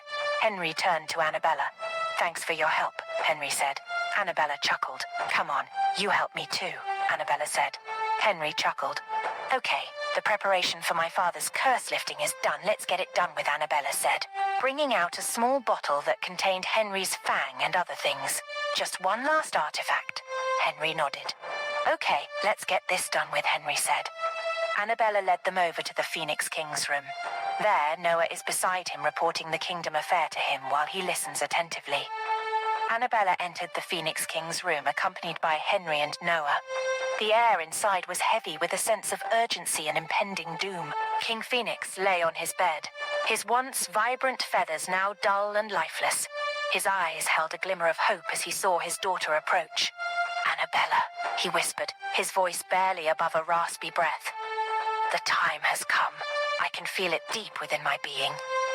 Annabella's heart ached at the sight of her father in such a weakened state. She clenched the small bottle tightly in her hand, knowing that the contents held the key to his salvation. She stepped closer to his bedside and locked eyes with him, seeking strength in their connection. I promise you, Father, she vowed, her voice firm and resolute. We will find a way to break this curse and restore you to your true form. The king's weak smile was filled with gratitude and parental pride as he reached out to touch Annabella's hand. I have no doubt, my dear, he whispered, his voice tinged with a mix of weariness and hope. You have always been a beacon of light in the darkest times. Annabella turned to Noah and Henry. They both stood tall and resolute, ready to face whatever challenges lay before them. Brother, continue to attend to Father's needs, Annabella instructed, her tone steady. We will need to retrieve the necessary artifacts and seek the counsel of the great sages. Alpha Henry, prepare yourself for the journey that lies ahead. Our time is running short. Noah nodded in understanding, his features displaying a mix of concern and determination. Of course, Bella, I will see to it that Father is well taken care of. You can count on me. Henry stood at attention, his eyes gleaming with steadfast resolve. I am ready, Princess Annabella. Just lead the way. Annabella took one last look at her father, his weary form lying on the bed, and squeezed his hand reassuringly. We will return soon, Father, she promised, her voice filled with determination. With the aid of the sages and the power of Henry's fang, we will break this curse and bring you back to us. With a resolute nod, Princess Annabella turned away from her father's room and led the way out of the castle. The weight of her responsibility pressed heavily upon her, but she couldn't afford to let doubt cloud her judgment. The fate of her father and their kingdom depended on her success. Annabella led Henry to the castle's grand hall, where a map depicting their kingdom and its surrounding lands was spread across a large table. She studied it intently, tracing her finger along the main roads towards the ancient forest. The first stage of our journey will take us to the Great Library, a sanctuary of knowledge where the sages reside, Annabella proclaimed. Henry listened attentively. The library lies hidden within the heart of the ancient forest, Annabella continued. Its guardians, the forest sentinels, will guide us through the enchanted barrier that protects it. But we must tread carefully, for the forest is known to test the resolve of those who enter. Henry's brows furrowed, concern etching his features. What kind of tests are we talking about? Annabella's gaze met Henry's, her eyes filled with determination. The forest is said to extract a physical toll. It presents trials unique to each individual, ones that test our deepest fears and desires. We must remain vigilant and true to our purpose. I will do whatever it takes, Annabella. We cannot afford to fail. Annabella reached out and placed a comforting hand on Henry's arm. I know you won't let me down, Alpha. Your bravery and loyalty have always been unwavering. Your fang is the key to unlocking the ancient power the sages speak of. Once we reach the library, we must seek their counsel and understand how to harness this power. Annabella said while Henry nodded, listening. They both walk into a portal-like place, but a force pushed them back. Third-person narrative point of view. Annabella and Henry stumbled backward as the magical force pushed them away from the portal-like entrance to the ancient forest. Annabella looked at Henry with a nod, silently communicating that they would not be deterred.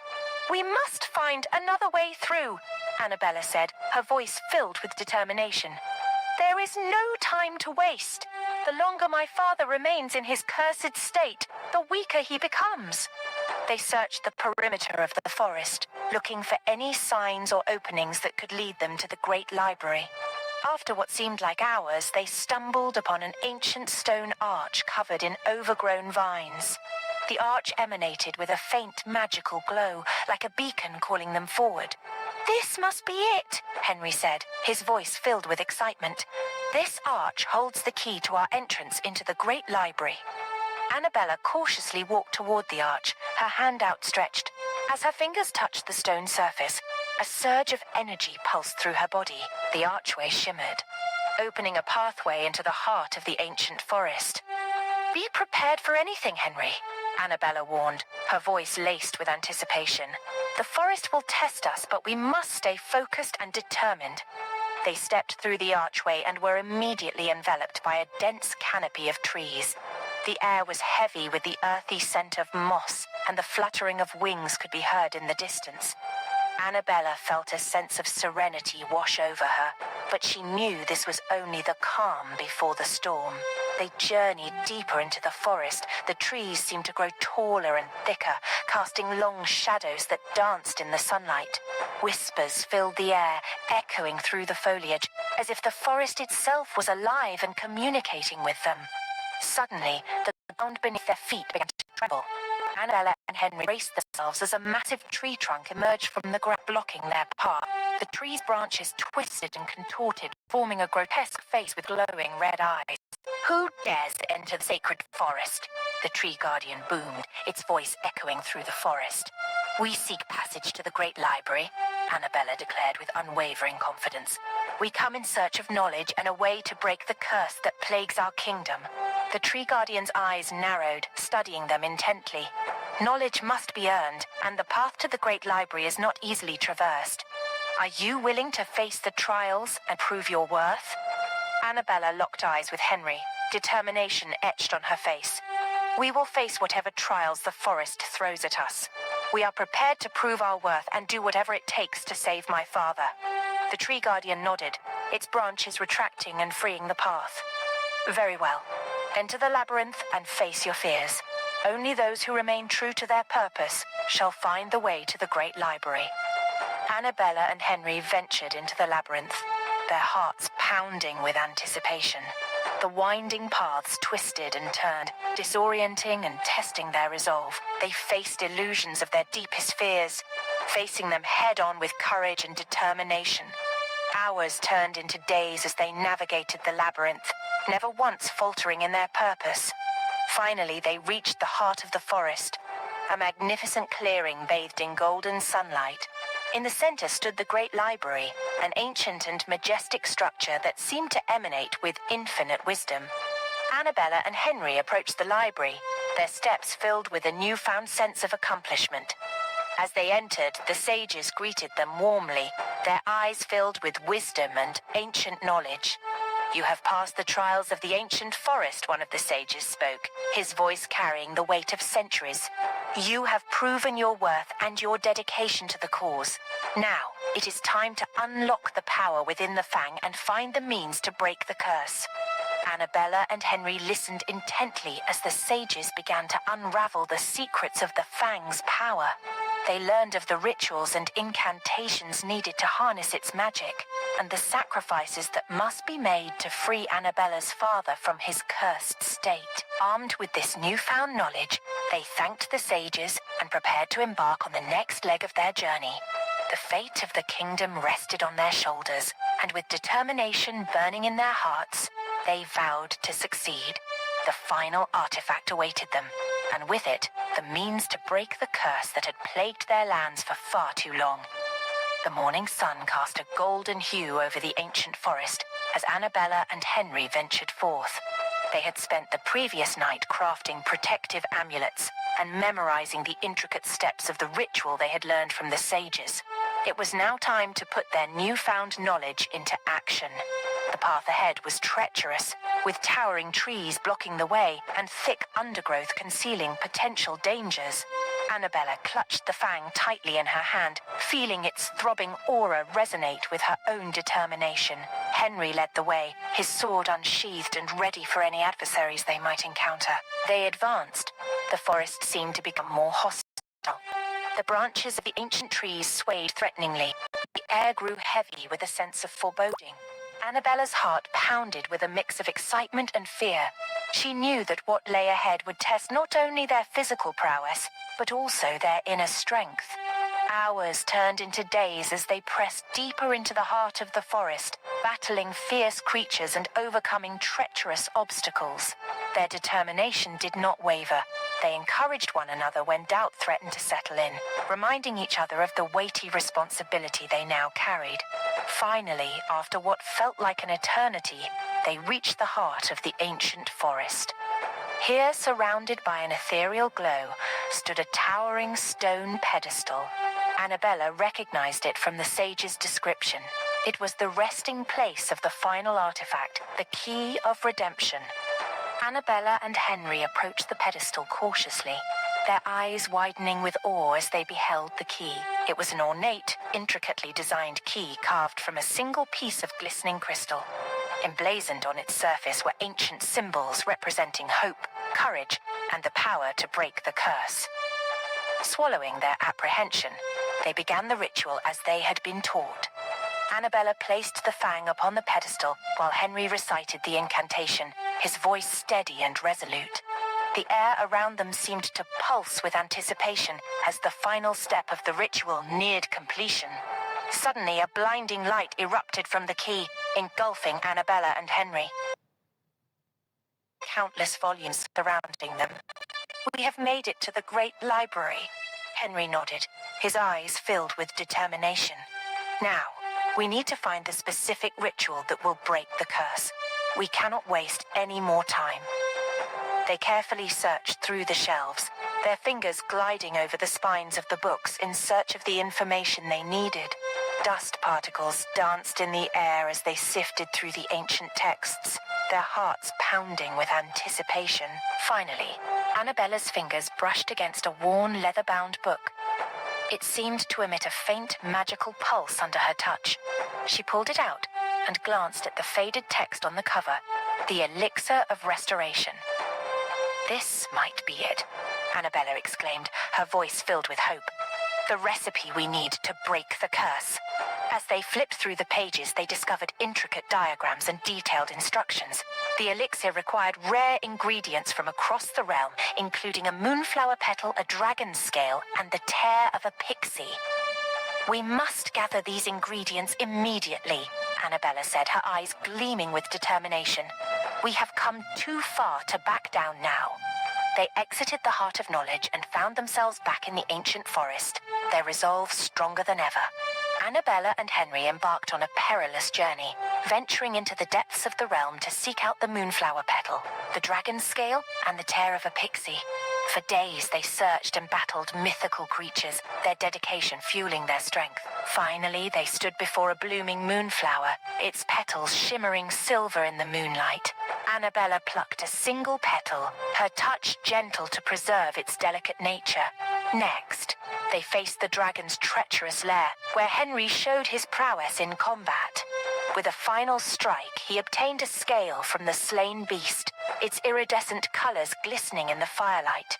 Lastly, they sought the help of the pixie folk, known for their reclusive nature. After proving their intentions, a kind-hearted pixie shed a tear of pure joy and offered it to them, her eyes glowing with trust.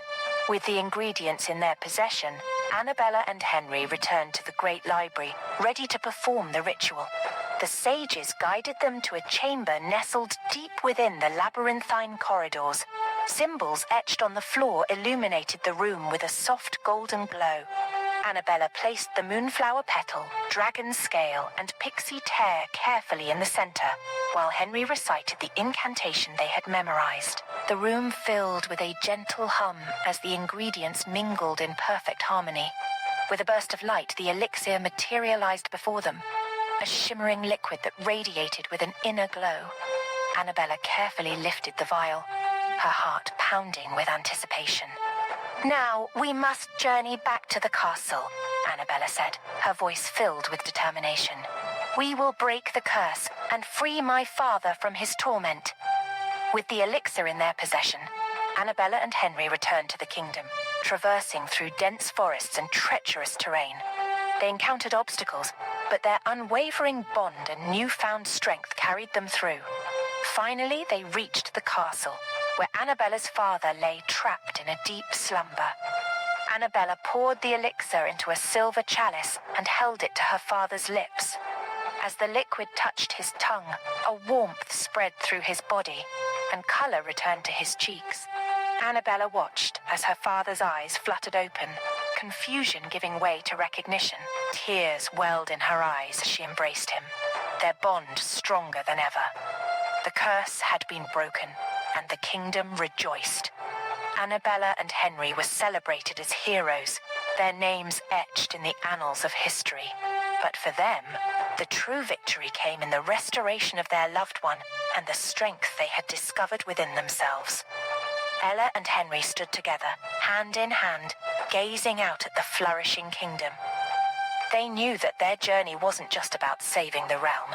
It was about discovering their own courage, resilience, and the incredible power that lies within the human spirit. "I should have followed you both," Ella said, checking Henry's body out. "They are back in their room," Henry chuckled. "Come on, Ella, I'm fine. They will all heal up," Henry said. He pulled her to his lap and hugged her waist. "How much I missed this," he muttered. Ella stroked his hair while smiling. "I missed your lips more," Ella said. Henry looked up from her chest to her lips. Henry's gaze locked onto Ella's lips, and a sly grin appeared on his face. Leaning in closer, he whispered, "Well, my dear, I suppose it would be remiss of me not to oblige." With a mischievous twinkle in his eyes, he closed the remaining distance between them, capturing Ella's lips in a long-awaited kiss. As their lips met, a surge of warmth and familiarity coursed through their bodies, igniting a passionate fire that had been dormant during their arduous journey. Time seemed to stand still as they melted into each other, fully immersed in the sweet taste of their love. Henry held her waist tightly while he deepened the kiss and pulled her closer like she should enter his skin. Ella smiled into the kiss as her arm went around his neck, pulling him closer also. They heard someone clear their throat. They broke the kiss immediately. "Well, well," Father said to get you two for the story. Third-person narrative point of view. "Well, well," Father said to get you two for the story, Annabella said, standing by the door while giving them the "I saw that" gaze. Ella blushed and hid her face in Henry's neck. Henry smiled. "Thank you, Annabella. We will be there," Henry said. Annabella wiggled her brow at him before going out of the room. Ella looked up from his neck. "Should we continue?" Henry licked his lips. Ella chuckled and hit him lightly on the shoulder. "Come on, don't be naughty," Ella said. She stood up from his laps. She adjusted her clothes, and Henry stood too. He intertwined their fingers as they walked out of the room. Henry and Ella walked into the Phoenix King room. He smiled at them while sitting up. Henry and Ella approached King Phoenix, who was seated comfortably on his ornate throne. Henry and Ella, please have a seat." King Phoenix gestured to the two empty chairs positioned before him.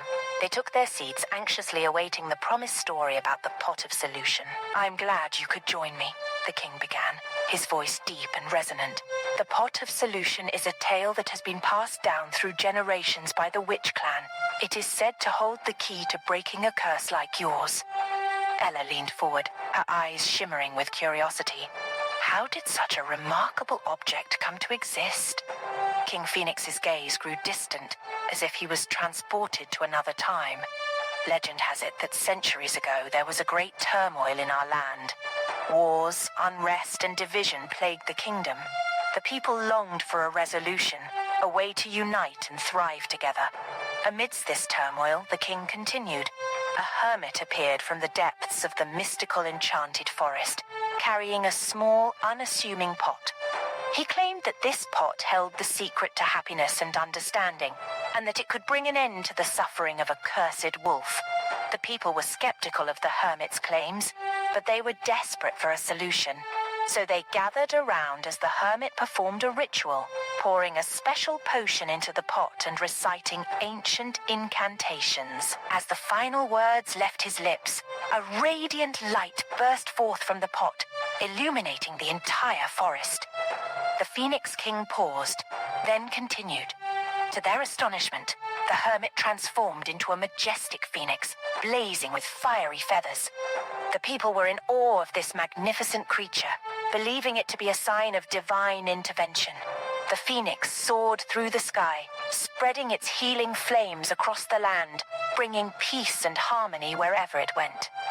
Afterward, the phoenix returned to hermit form, handing the pot to the leader of the village. He explained that the pot contained the essence of unity and forgiveness, capable of breaking any curse and bringing understanding to all who sought it. As the generations passed, the pot was carefully safeguarded by the witch clan, as they were believed to bear the closest connection to the mystical forces of the enchanted forest. Each young witch would undergo a special initiation ceremony, where their abilities were tested, and if deemed worthy, they would be granted access to the pot's power. Henry and Ella listened intently, their hearts filled with hope that this pot of solution could truly end Henry's curse. They exchanged glances, silently reassuring each other that they would do whatever it took to obtain it. The king reached into a secret compartment beneath his throne and retrieved a small, intricately decorated box. This box, he said, holding it up for them to see, contains the directions to the location of the pot of solution. Only those who possess true love, unwavering faith, and a spirit of empathy may open it. Henry and Ella felt a surge of anticipation as the king handed them the box. They thanked him graciously, promising that they would not let him down. They exited the room. Ella clutched Henry's hand tightly. "We're one step closer, Henry," she whispered, her voice filled with determination. "With the pot of solution, we can finally break this curse and live a normal life together." Henry's eyes gleamed with unwavering devotion. "Nothing will stand in our way, Ella. We will find the pot, unlock its power, and finally be free from this curse. It's a full moon tonight. You're going to turn," Ella said, staring out of the castle. Henry held her hand tightly because he saw it trembling. "Don't stay with me tonight," he muttered. Ella scoffed, then took her hand from him. "What can you do without me? This is not our abode. It belongs to someone else," Ella said. Henry, understanding what she meant, nodded. "Even though I'm scared, I'm still going to stay with you," Ella whispered. "Come on, the moon is coming out soon," Ella said and dragged him to the room. They both sit opposite each other while staring deep into each other's eyes. Suddenly, the moon shone into the room straight in Henry's eyes. Ella closed her eyes tightly, expecting him to turn to his wolf form, but nothing happened. She began opening her eyes little by little. She gazed up at him to see him staring at her. "What happened? You didn't turn?" Ella asked. Henry shrugged. "I don't know. This past day I didn't turn unless I wanted to turn myself in." "It's been fluctuating," Henry said, Ella still looking at him, shocked. "And you didn't tell me anything?" she said, hitting his arm. "I thought there was no need to," Henry said. Ella hugged him. "We begin our journey tomorrow morning. Let's sleep," Henry said. She nodded. The next morning, Henry and Ella woke up with determination in their hearts. They knew that their journey to find the pot of solution would not be an easy one, but they were willing to face any challenges that came their way. They packed their belongings and made their way to the stables where the horses the Phoenix King gave them were waiting. Third-person narrative point of view. The horses, named Luna and Shadow, were strong and agile, perfect for the long journey ahead. They bid Annabella, Noah, and the Phoenix King goodbye. As they rode through the kingdom, the surrounding scenery changed. They passed through lush forests, crossed crystal-clear rivers, and climbed towering mountains. Along the way, they encountered friendly villagers who offered them food and shelter, eager to help them on their quest. Days turned into weeks. and Henry and Ella grew closer with each passing moment. They shared stories, laughter, and even tears, creating a bond that could not be broken. They relied on each other for strength and support, knowing that, together, they could overcome anything. Finally, after what felt like an eternity, they reached the edge of the enchanted forest. The air was thick with magic, and the ground seemed to shimmer with an ethereal glow. They dismounted their horses, their hearts pounding with anticipation. "Are you ready?" Ella asked, her voice filled with a mix of excitement and nervousness. Henry took a deep breath and nodded. "I'm ready, Ella. Let's find the pot of solution and break this curse once and for all." They stepped into the enchanted forest, their eyes wide with wonder. The trees whispered ancient secrets, and the flowers bloomed in vibrant hues. As they ventured deeper into the forest, they followed a faint trail of beautiful glowing flowers that seemed to guide their path. After what seemed like eternity, they saw a small hut ahead. They glanced at each other, then approached it. "Anyone here?" Henry looked inside the hut and said. "Who are you both?" "Back at the Wolf Clan." Aurora appeared in front of Uncle Clam House. She looked around the house and sniffed in the air. "This air seems familiar," she muttered, then walked in. She sat on the only chair in the room while munching on the only banana on the table. Clam came in and was startled and shocked.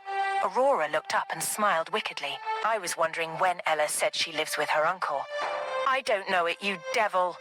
Aurora suddenly stood up with her hand on Clam's neck, choking him. "Let me go, you witch!" Clem struggled to say, but Aurora didn't let go. Aurora tightened her hand around his neck, choking him more, and Clem began struggling to free himself from her. Aurora let go of him and he dropped to the floor while coughing hard. Aurora went back to sit on the chair. Clem looked up with a deadly glare. "You are no different from your witchy mother," he said. Aurora laughed loudly. "So, you really are the one who took Ella back then," Aurora said loudly, making him slap himself. Clem winced at Aurora's accusation and struggled to regain his composure. He slowly rose to his feet, his eyes burning with anger. "That was a long time ago, and I had my reasons," Clem growled, his voice laced with bitterness. "You have no right to come barging in here, accusing me without knowing the full story." Aurora's smile faded slightly as she watched Clem's reaction. She was taken aback by his defiance, but her curiosity had been piqued. With a calculated calmness, she motioned for him to continue. Clem took a deep breath, attempting to steady his shaking hands. He knew Aurora wouldn't easily relent, and sharing the truth might be his only way out of this situation. "Ella's mother was a witch, yes," he began, his tone heavy with regret. "But she was also a good person deep down. We fell in love, and she tried to change her ways, but the darkness within her was too strong." Aurora's eyebrows raised in surprise. She had expected Clem to be more forthcoming about his past actions, but it seemed there was more to this tale. "Determined to protect Ella from that darkness, I made a fateful decision you were not home then. Even though your mother married a wolf, I still love her," Clem continued, his gaze distant as he relieved painful memories.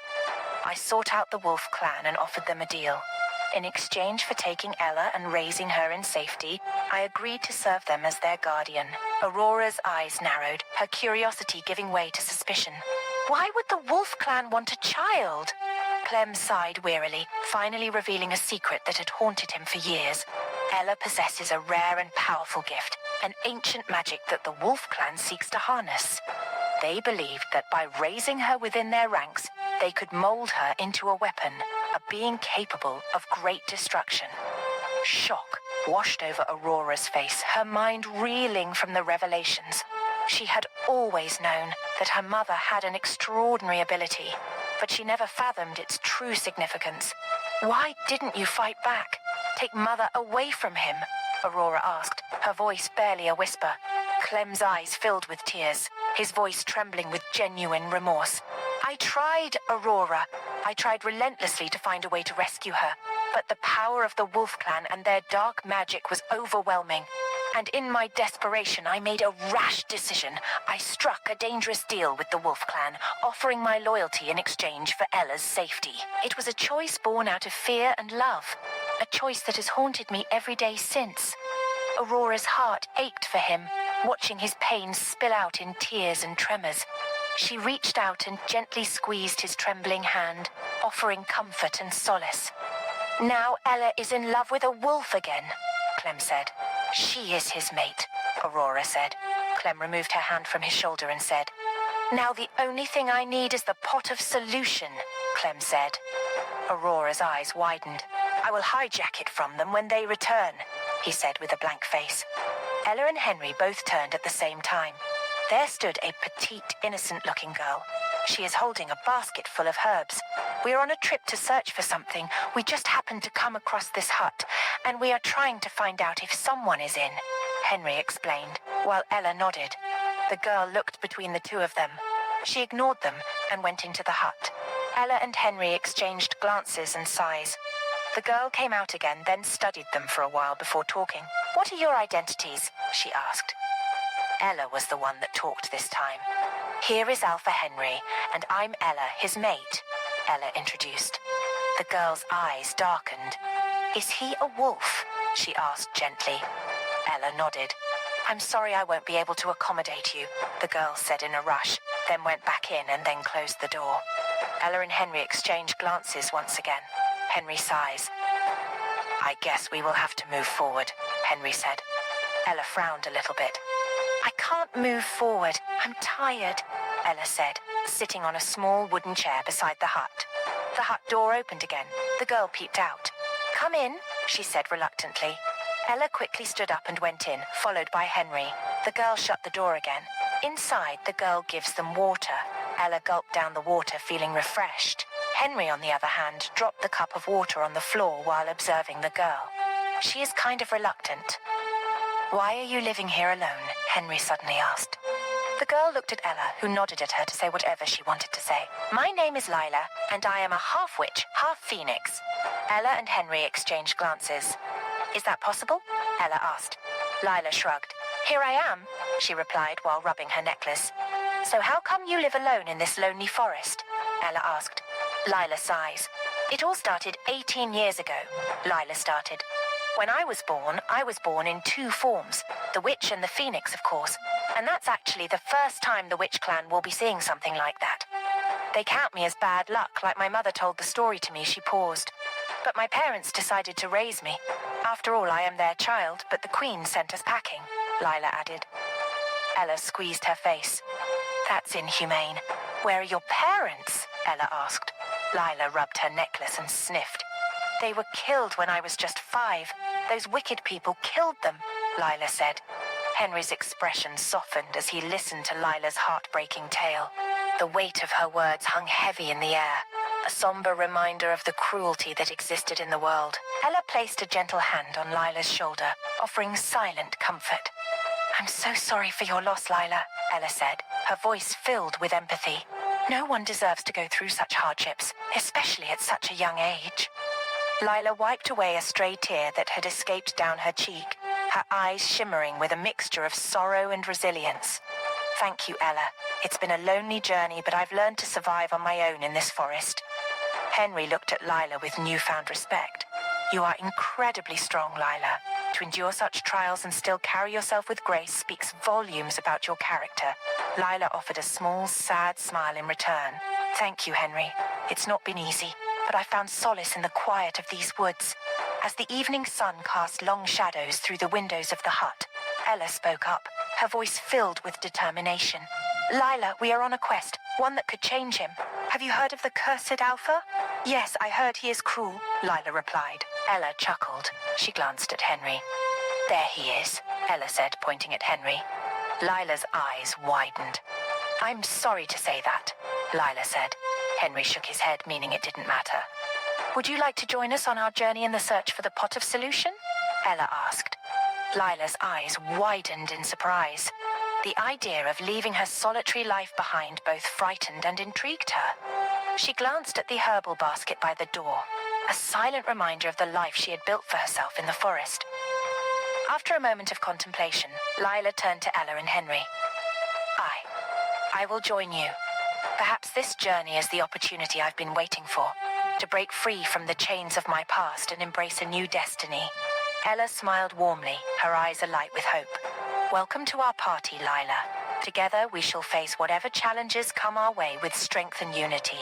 And so the three unlikely companions, Ella the witch, Henry the cursed alpha, and Lila the half-witch, half-phoenix, prepared to embark on a journey that would test their courage, friendship, and the very essence of who they were. As the hut faded into the distance behind them, the sun dipped below the horizon, casting the world in a warm orange glow. The forest rustled with quiet whispers as the trio ventured deeper into the unknown, guided by the faint glimmer of hope that danced in their hearts.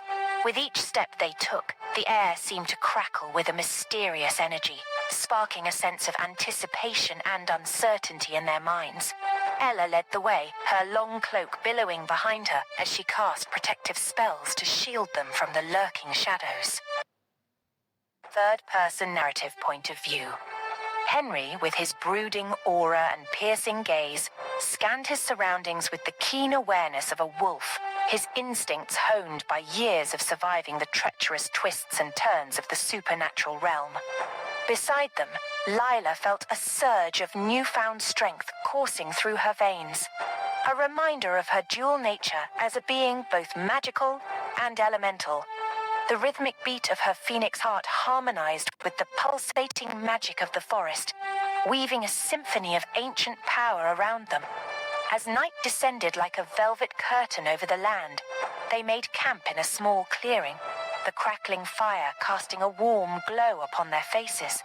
Over a simple meal of foraged berries and roasted nuts, they shared stories of their pasts, each tale a thread that wove them closer together as comrades bound by a common purpose. Under the twinkling canopy of stars, they huddled together, finding solace in the unity of their shared journey.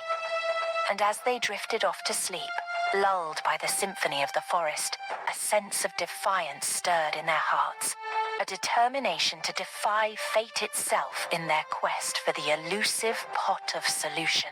For at that moment, they were not merely travelers in search of a mythical cure. They were warriors, united in spirit and resolve, ready to face whatever trials lay ahead in the pursuit of truth and redemption. In the middle of the night, Henry suddenly wakes up when he feels his wolf is starting to take care of it. He quickly stood up and went far away from the canopy. Ella opened her eyes too. She looked over beside her, but there was no Henry. She sat up. "Henry?" she called, but no reply. She started hearing the falling of trees. She sighed. He turned again, she muttered. She looked at Lila sleeping, then stood up, and she started searching for Henry. Ella's heart raced as she ventured into the darkness of the forest, guided only by the faint moonlight filtering through the dense canopy of trees. The rustling of leaves and the distant sounds of wildlife added an eerie backdrop to her search for Henry. Branches cracked under her feet as she pushed forward, calling out his name in a mix of concern and frustration. The shadows seemed to grow thicker around her, heightening her sense of unease. But she refused to let fear overpower her determination to find her companion. Suddenly, a low growl echoed through the woods, sending a shiver down Ella's spine. She quickened her pace, her senses on high alert, following the sound of a clearing bathed in silvery moonlight. There she found Henry, his back turned to her, his silhouette illuminated by the gentle glow. As she approached, she saw the wildness in his eyes, the primal intensity that marked his transformation. Henry's shoulders heaved with the effort to contain the beast within him, the struggle evident in the tension of his muscles and the fur that peeked through his skin. "Henry," Ella whispered, her voice a mixture of concern and understanding. She knew the battles he fought, the war that raged within him, but she also knew the warmth of his human heart, the kindness that defined him beyond the curse that haunted him. Turning to face her, Henry's eyes met hers, reflecting a mix of gratitude and apology. At that moment, they shared a silent understanding, a bond that transcended words. Hand outstretched, Ella approached him slowly, her gaze unwavering. "I'm here," she said softly, her voice a soothing balm in the midst of his turmoil. "We faced this together, remember?" Henry nodded, a flicker of hope reigniting in his eyes. With Ella by his side, He felt the strength to resist the call of the wolf, to embrace the light that still dwelled within him. And as they stood together in the moonlit clearing, united in purpose and resilience, the forest seemed to hold its breath, as if bearing witness to their unbreakable bond and unwavering resolve in the face of destiny's cruel hand. Minutes later, Ella was seated on the floor while Henry's wolf sat beside her. She smiled at him. "You know you still look cute in your wolf form." Henry's wolf form gazed back at Ella with eyes that held a glimmer of recognition. A sense of tranquility settled over the clearing. The once wild beast now seemed to exude a sense of calmness in her presence, a stark contrast to the inner turmoil that had consumed Henry just moments before. Ella reached out a hand to gently stroke the wolf's fur, feeling the warmth of its presence beneath her touch. The wolf leaned into her hand, a silent gesture of trust and acceptance that spoke volumes to Ella's heart. "You've always been a part of him, haven't you?" she murmured softly, almost to herself. A guardian in the shadows, watching over him when he couldn't watch over himself. The wolf's gaze met hers with a depth that transcended mere animal understanding, as if conveying a silent affirmation of her words. It was a moment of profound connection, a bridge between two worlds that existed both apart and intertwined. As the night draped its secrets over the forest, enveloping them in its velvety embrace, Ella sensed a shift within Henry's wolf. A flicker of recognition danced in its eyes, a glimmer of the man Henry used to be, a man filled with light and love, struggling to break free from the darkness that threatened to consume him. They sat in companionable silence, a trio bound by the threads of fate and the strength of their shared resolve. At that moment, as the moonlight bathed them in its silvery glow, Ella knew that they would face whatever challenges lay ahead as one, a formidable force united against the shadows that sought to tear them apart. And as the night wore on, with the stars as their witnesses and the rustling of leaves as their lullaby, a sense of peace settled over the clearing, a peace born of acceptance, love, and the unbreakable bond that bound them together, defying the very fabric of destiny itself. "Do you want to have a run?" Ella suddenly heard in her mind. That's Henry's voice. "How? I won't be a match for you." Ella laughed it off. "Climb on my back," he said. Ella looked at him with an unsure look. "Come on," he said. Ella reluctantly climbed on his back. "I'm taking off now."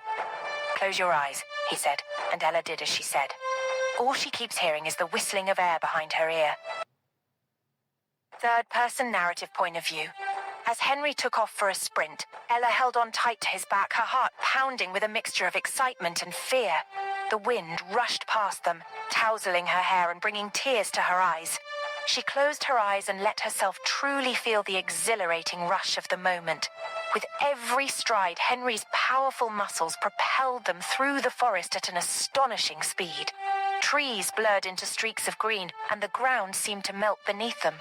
Ella could hear the sound of Henry's paws hitting the ground, a rhythmic beat that was synchronized with her own racing heart. As they ran, Ella could sense the wildness and freedom that enveloped Henry in his wolf form. It was as if the curse that plagued him no longer held him captive, allowing him to fully embrace his true nature. At that moment, she understood the untamed spirit that resided within him, and her admiration for him grew even stronger. The moonlight guided their path, casting an otherworldly glow over the forest. They weaved through narrow trails and leaped over fallen branches with ease.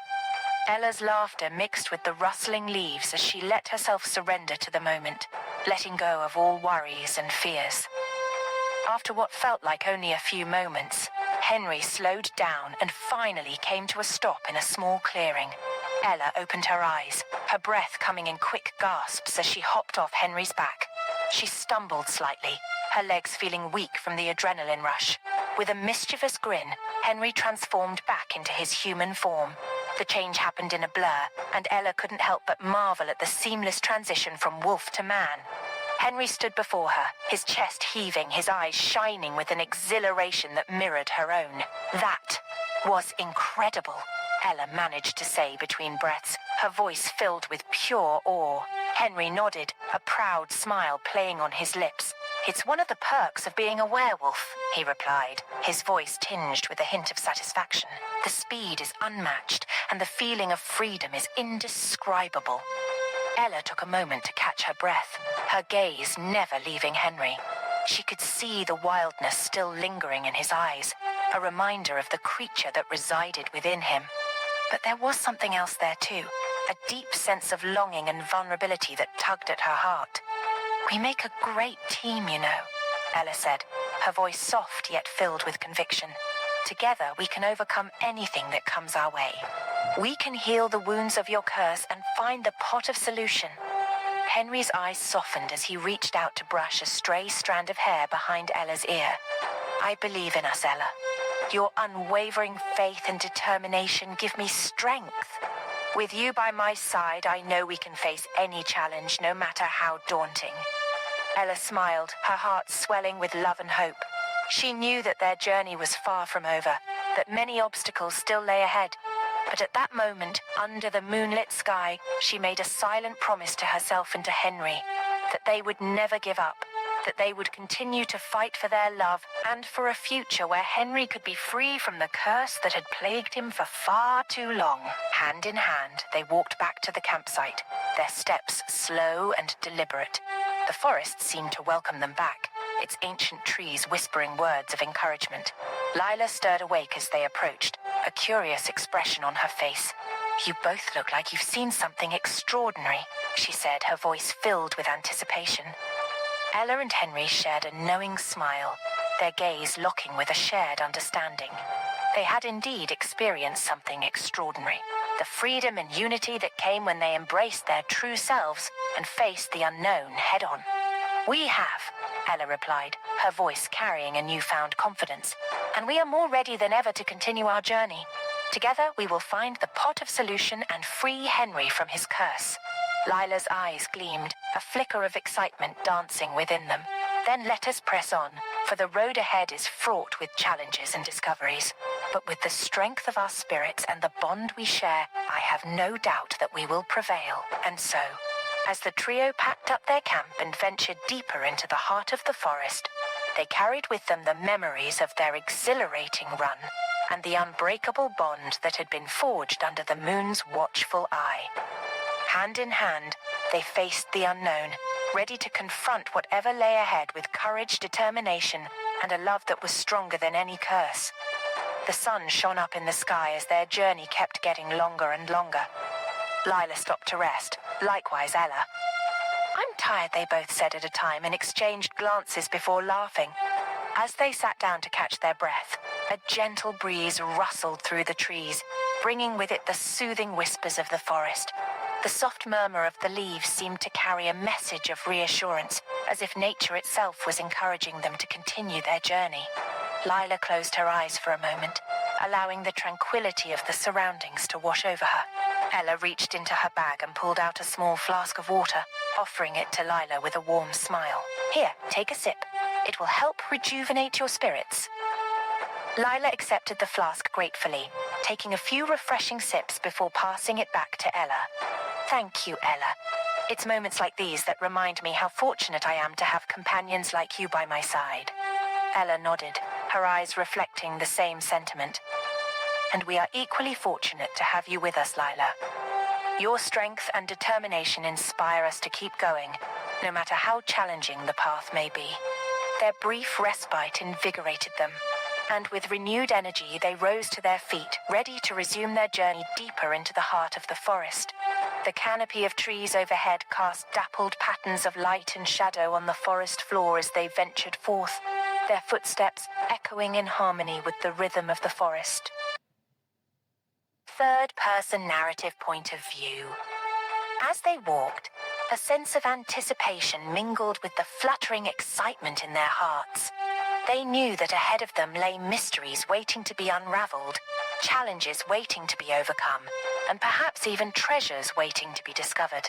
But no matter what the future held, they were certain of one thing. As long as they stood together, united in purpose and friendship, there was nothing they could not face. And so, with determination etched in their hearts and the echo of their laughter lingering in the air, Lila, Ella, and their companion continued their journey, bound by an unbreakable bond and fueled by the unwavering belief that their shared love and courage would see them through whatever awaited them in the depths of the forest. After taking about 5 steps, Henry stopped suddenly. "What's going on?" Ella asked. Henry looked at her with a gaze she didn't understand. "There's trouble in the clan. We have to go back," Henry said. Ella gasped. "What happened?" Lila asked. "Rogue attack. It's been some months now, and they are still not able to defeat them. They want me," Henry explained. "Then let's go back. The solution can come later," Ella said. "Is it safe for me to follow you both?" Lila asked. Ella looked at Henry. "Of course," Henry replied.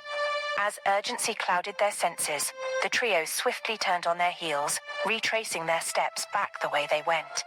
The forest seemed eerily quiet, as if even the leaves understood the gravity of the situation. Henry led the way at a determined pace, his mind already calculating the potential outcome of this encounter. After 4 weeks, they approached the periphery of the clan. Distant echoes of battle cries filled the air, mingling with the sound of clanging weapons and roars of defiance. Ella's heart pounded in her chest, the reality of the danger ahead sinking in.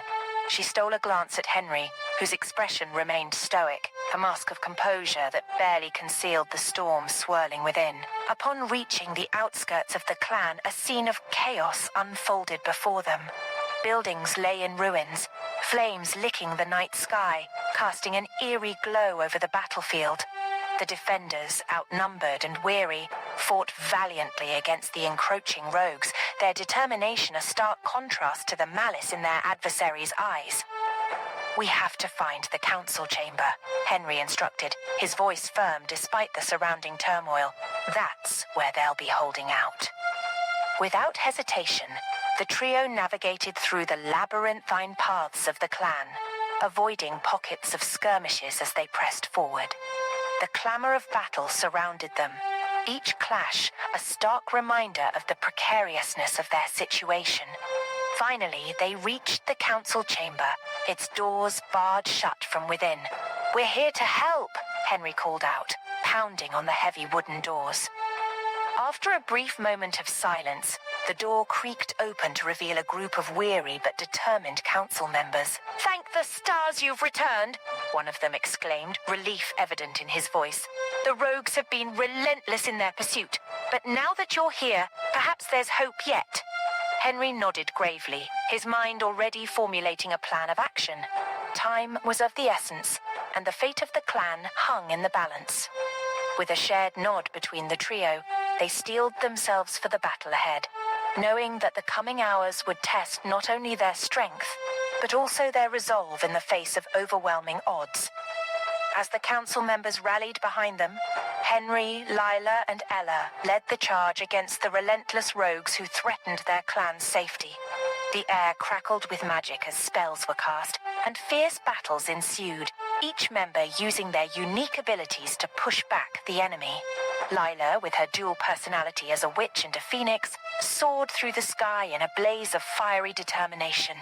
She unleashed torrents of flames upon the rogues, her phoenix form radiating power and majesty as she dived and soared, leaving trails of ash in her wake. Her witch abilities complemented her fiery nature, casting spells that immobilized her foes with glowing runes and incantations.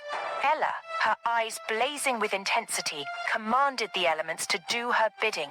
The very ground shook with her power as she summoned gusts of wind and tendrils of earth to ensnare the rogues, rooting them in place as she unleashed bolts of lightning from her fingertips. Her mastery over the forces of nature was a sight to behold, and the rogues trembled before her might. Henry, as the clan alpha, took on the largest and most formidable of the rogue assailants. His strength and authority were a formidable combination as he faced down the enemy, each clash of his claws and each bellow of his roar inspiring courage in his allies. His leadership on the battlefield was unwavering, a beacon of hope amidst the chaos of battle. As the tide of the conflict turned in their favor, the rogues faltered and retreated, their numbers dwindling in the face of the clan's fierce determination. Henry, Lila, and Ella stood victorious, their chests heaving with exertion, but their spirits soaring with the knowledge that they had defended their home and their people. Ella focused on the rogue wolf she was fighting and was so engrossed to notice another one coming behind her at full force. He pounces on her and the other one. They get the upper hand while Ella struggles to fight them off. But who is she kidding? They are rogues and they must be powerful. Ella fought with all her might, her adrenaline pumping as she tried to fend off the two powerful rogues. She knew she couldn't let herself lose focus, not when so much was at stake.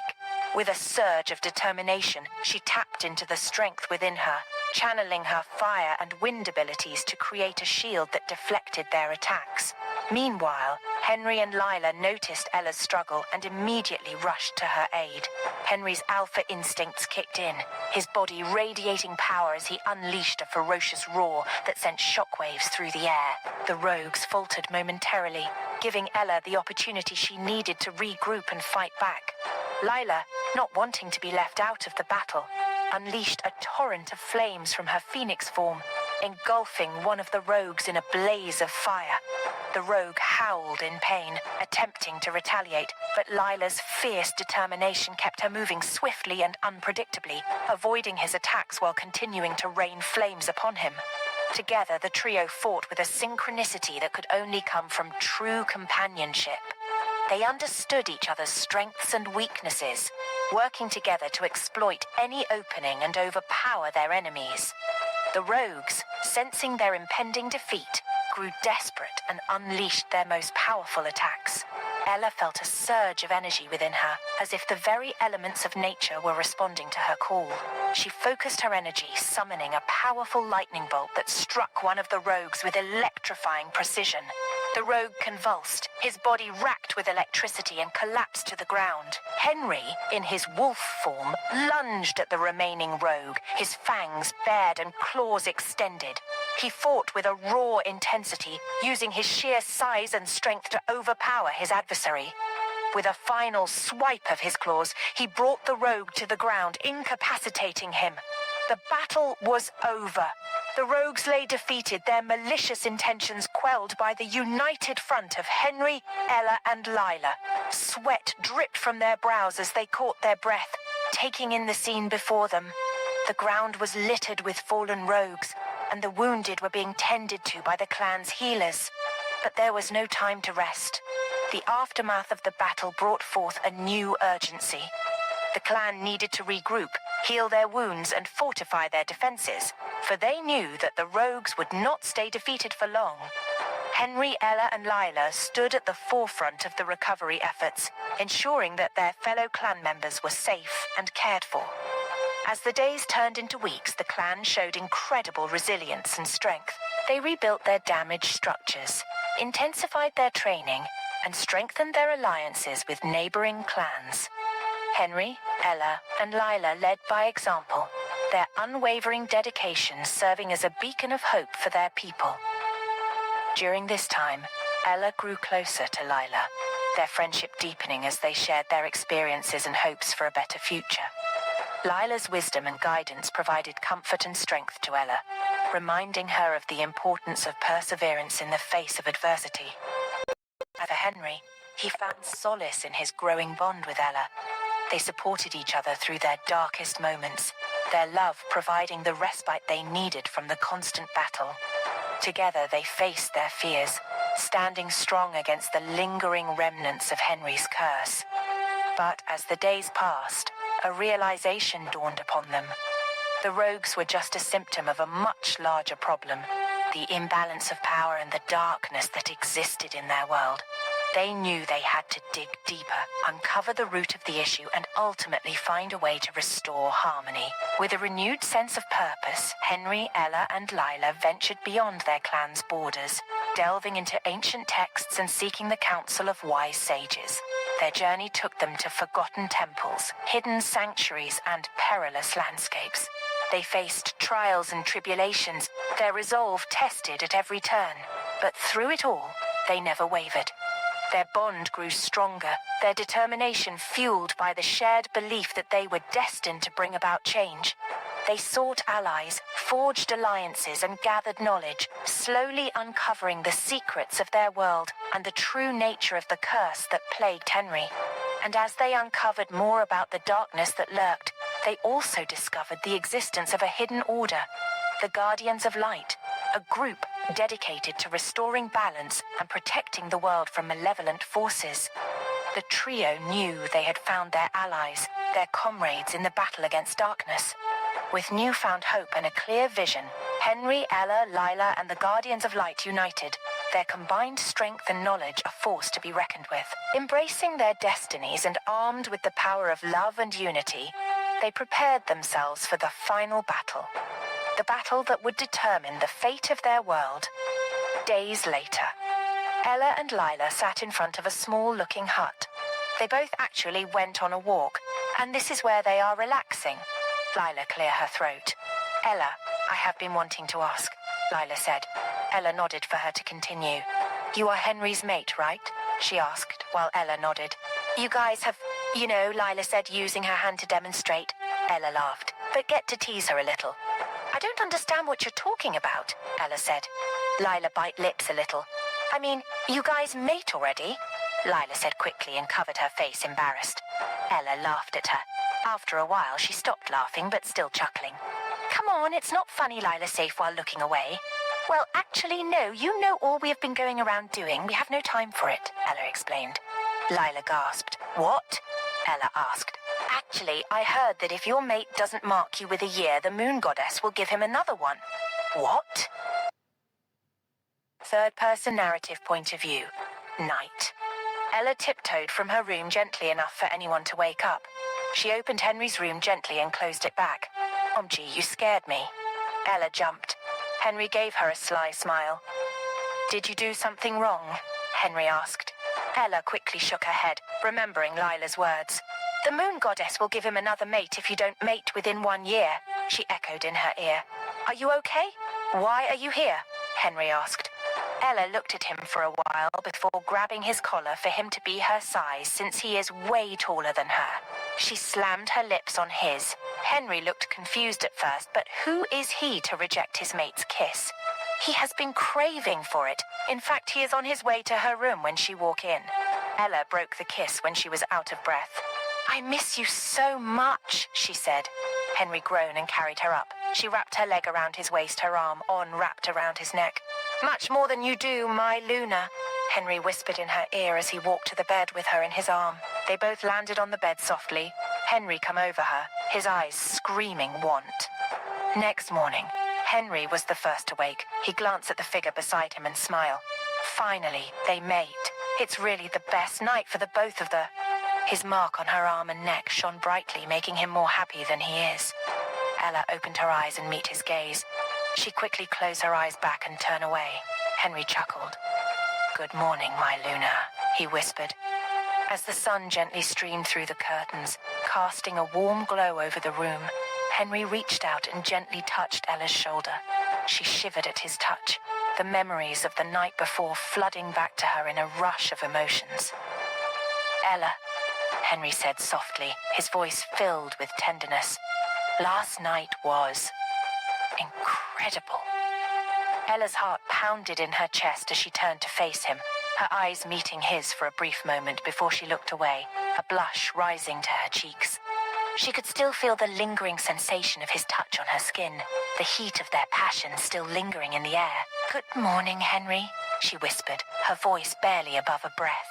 He reached out and gently lifted her chin, forcing her to meet his gaze. You are my Luna now, Ella. My mate, he said, his eyes sparkling with a mixture of pride and possessiveness. Ella's heart fluttered at his words, a mixture of fear and desire coursing through her veins. She knew that their union would change everything, that she was now bound to him in ways she couldn't fully comprehend. But in that moment, as she looked into his eyes and saw the depth of his feelings for her, she knew that she had made the right choice. Henry was her mate, her Luna, and she would follow him wherever he led. With a small smile, Ella leaned in and pressed her lips to his, sealing their bond with a kiss that spoke of promises yet to be fulfilled. And as they lay entwined in each other's arms, the world outside faded away, leaving only the two of them and the love that bound them together as one. Gosh, it's so noisy outside, Ella muttered, covering her ear. Henry chuckled at her naiveness. All wolves probably know you are their Luna now, and that's the voice of all the park members in your head, Henry explained. How do I wave them off? It's giving me headache, Ella said, sitting up on the bed. Henry reached over to a small silver bell on the bedside table and rang it 3 times. As the sound echoed through the room, a calming sensation washed over Ella, and gradually the voices outside her mind quieted down. They'll respect your need for peace and quiet now, Henry said with a comforting smile. Ella let out a sigh of relief as the mental chatter subsided. She gazed at Henry with gratitude, marveling at how effortlessly he could soothe the supernatural chaos that had suddenly invaded her mind. You have a lot to learn about being a Luna, Henry said softly, his expression tender as he reached out to brush a stray lock of hair away from her face. But I'll be here to guide you every step of the way. Ella felt a surge of gratefulness towards Henry, knowing deep down that with him by her side, she could navigate this new world she had been thrust into. Despite the uncertainties and challenges that lay ahead, she found solace in the unwavering support and love that he offered her.